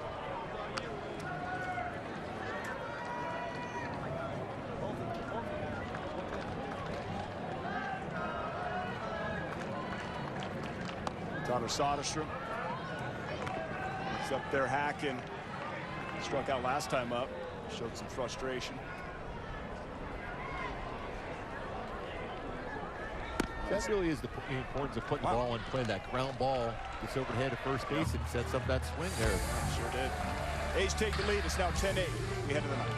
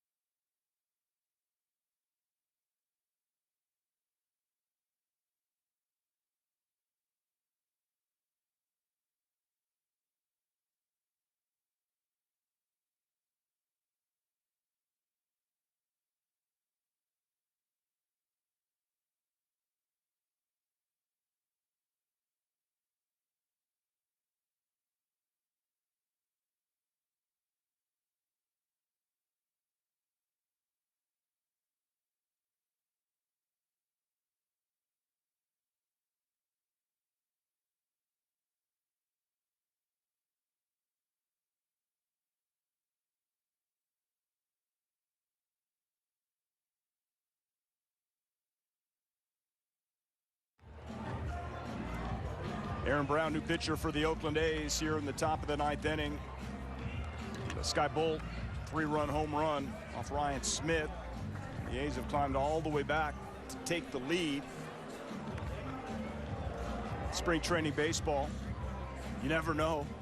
They could have the lead and then they can, Kotsay could look over at Joe Madden. It's like, you want to play bottom half? Yeah, sure. We'll just have to wait and see, assuming this will be normal rules applying here in Mesa, Arizona, Hohokam Stadium.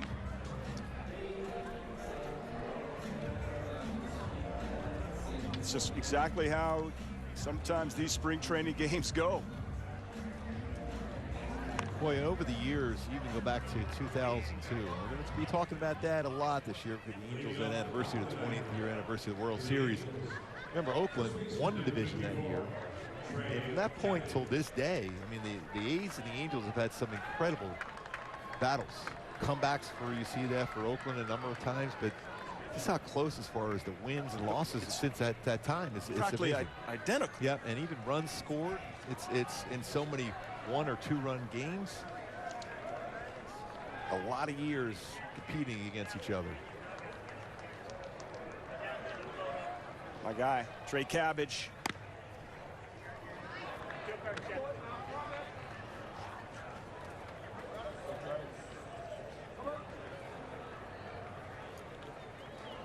Plays first base. It's left-handed. Similar beard to Jared Walsh.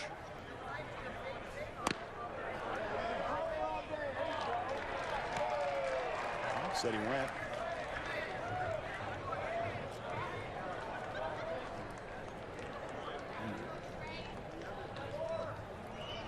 Nobody warming up. Bullpen would not appear to have a bottom half of the 9th inning. Unless, of course, we tie and take the lead, so we'll put good energy towards that. Strike 2. You know, Mark, didn't really mention it yet, but it feels so great this year to be able to, you know, give some handshakes and some hugs to some people we haven't seen in a while. And we have access, we wear masks, and fully vaccinated, and go in and talk to players. And it's been 2 full years since we were here. We got, you know, shut down abruptly. Didn't know what was going to happen in the world, and, you know, knock wood, we continued in this direction. But just this sense, seeing these fans and being here with you in a baseball game and seeing these players and talking to them face to face, it's like the importance of that conversation with the players is huge.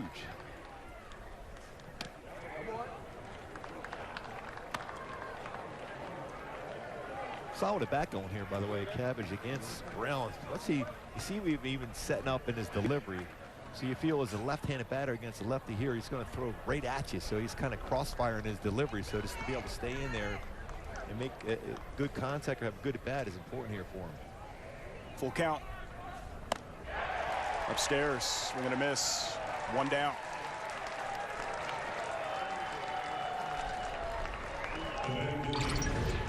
Do it by him, Mark. That crossfire delivery upstairs, tough. He had a check swing on a high fastball. That second pitch of the sequence can catch up to that high fastball there, especially it's difficult to read the baseball in the hand as a lefty going against this tough lefty.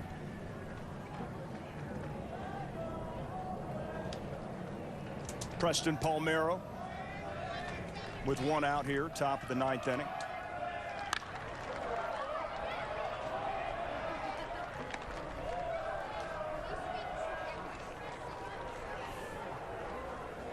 Once again, we are here throughout Cactus League action. All these games you could find in Bally Sports West. Myself, Gubaza, of course, the remarkable Terry Smith will be on board. It's a fly ball, center field.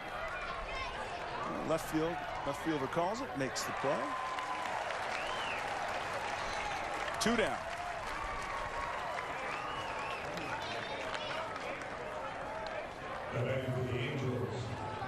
Angels down to their final out here in their first spring training game.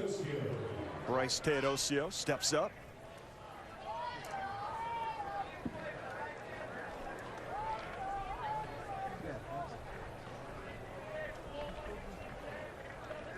Single in the 7th. Came in place of center field.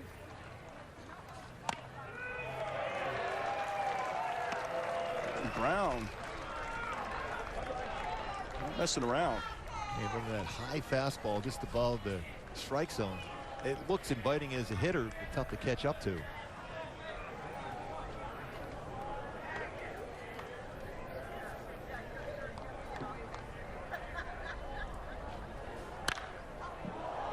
Late on that fastball. 0-2. The Angels down to the final strike.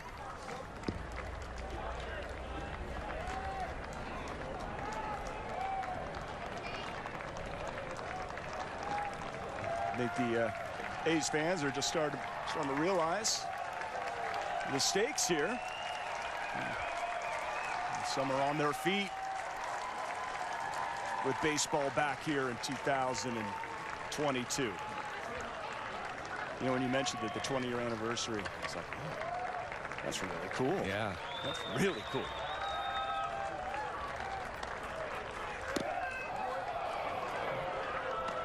Nislow. Yeah, looking back on that team, they had some guys that really were gamers. You know, you had Darren Erstad, you had Fish, Tim Salmon, G.A. Adam Kennedy. Troy Gloss. The Molinas. Yep. Celebrating that throughout the entire year. And a pitching staff and a bullpen, and yep, celebrating all season long. Strike 3. Teodosio goes down looking, and the Angels fall to the A's, who come back with 3 in the bottom of the 8th inning. Sky Bolt, 3-run home run to give the A's the lead and eventually the victory. A lot to like in this game, though. Early on, Michael Lorenzo was outstanding. 22 pitches, 2 really good innings, a couple punch-outs. Joe Adell with a tremendous home run. Chad Wallach home run, just good things. Andrew Velasquez did a nice job, too. So good base running. Another Wade stealing a bag. Love to see that. Mark, great job. Way to go, Patty O. Great start to the season. The A's, though, come back and win this one. We're not going anywhere. We're stepping aside for a minute. Erica West.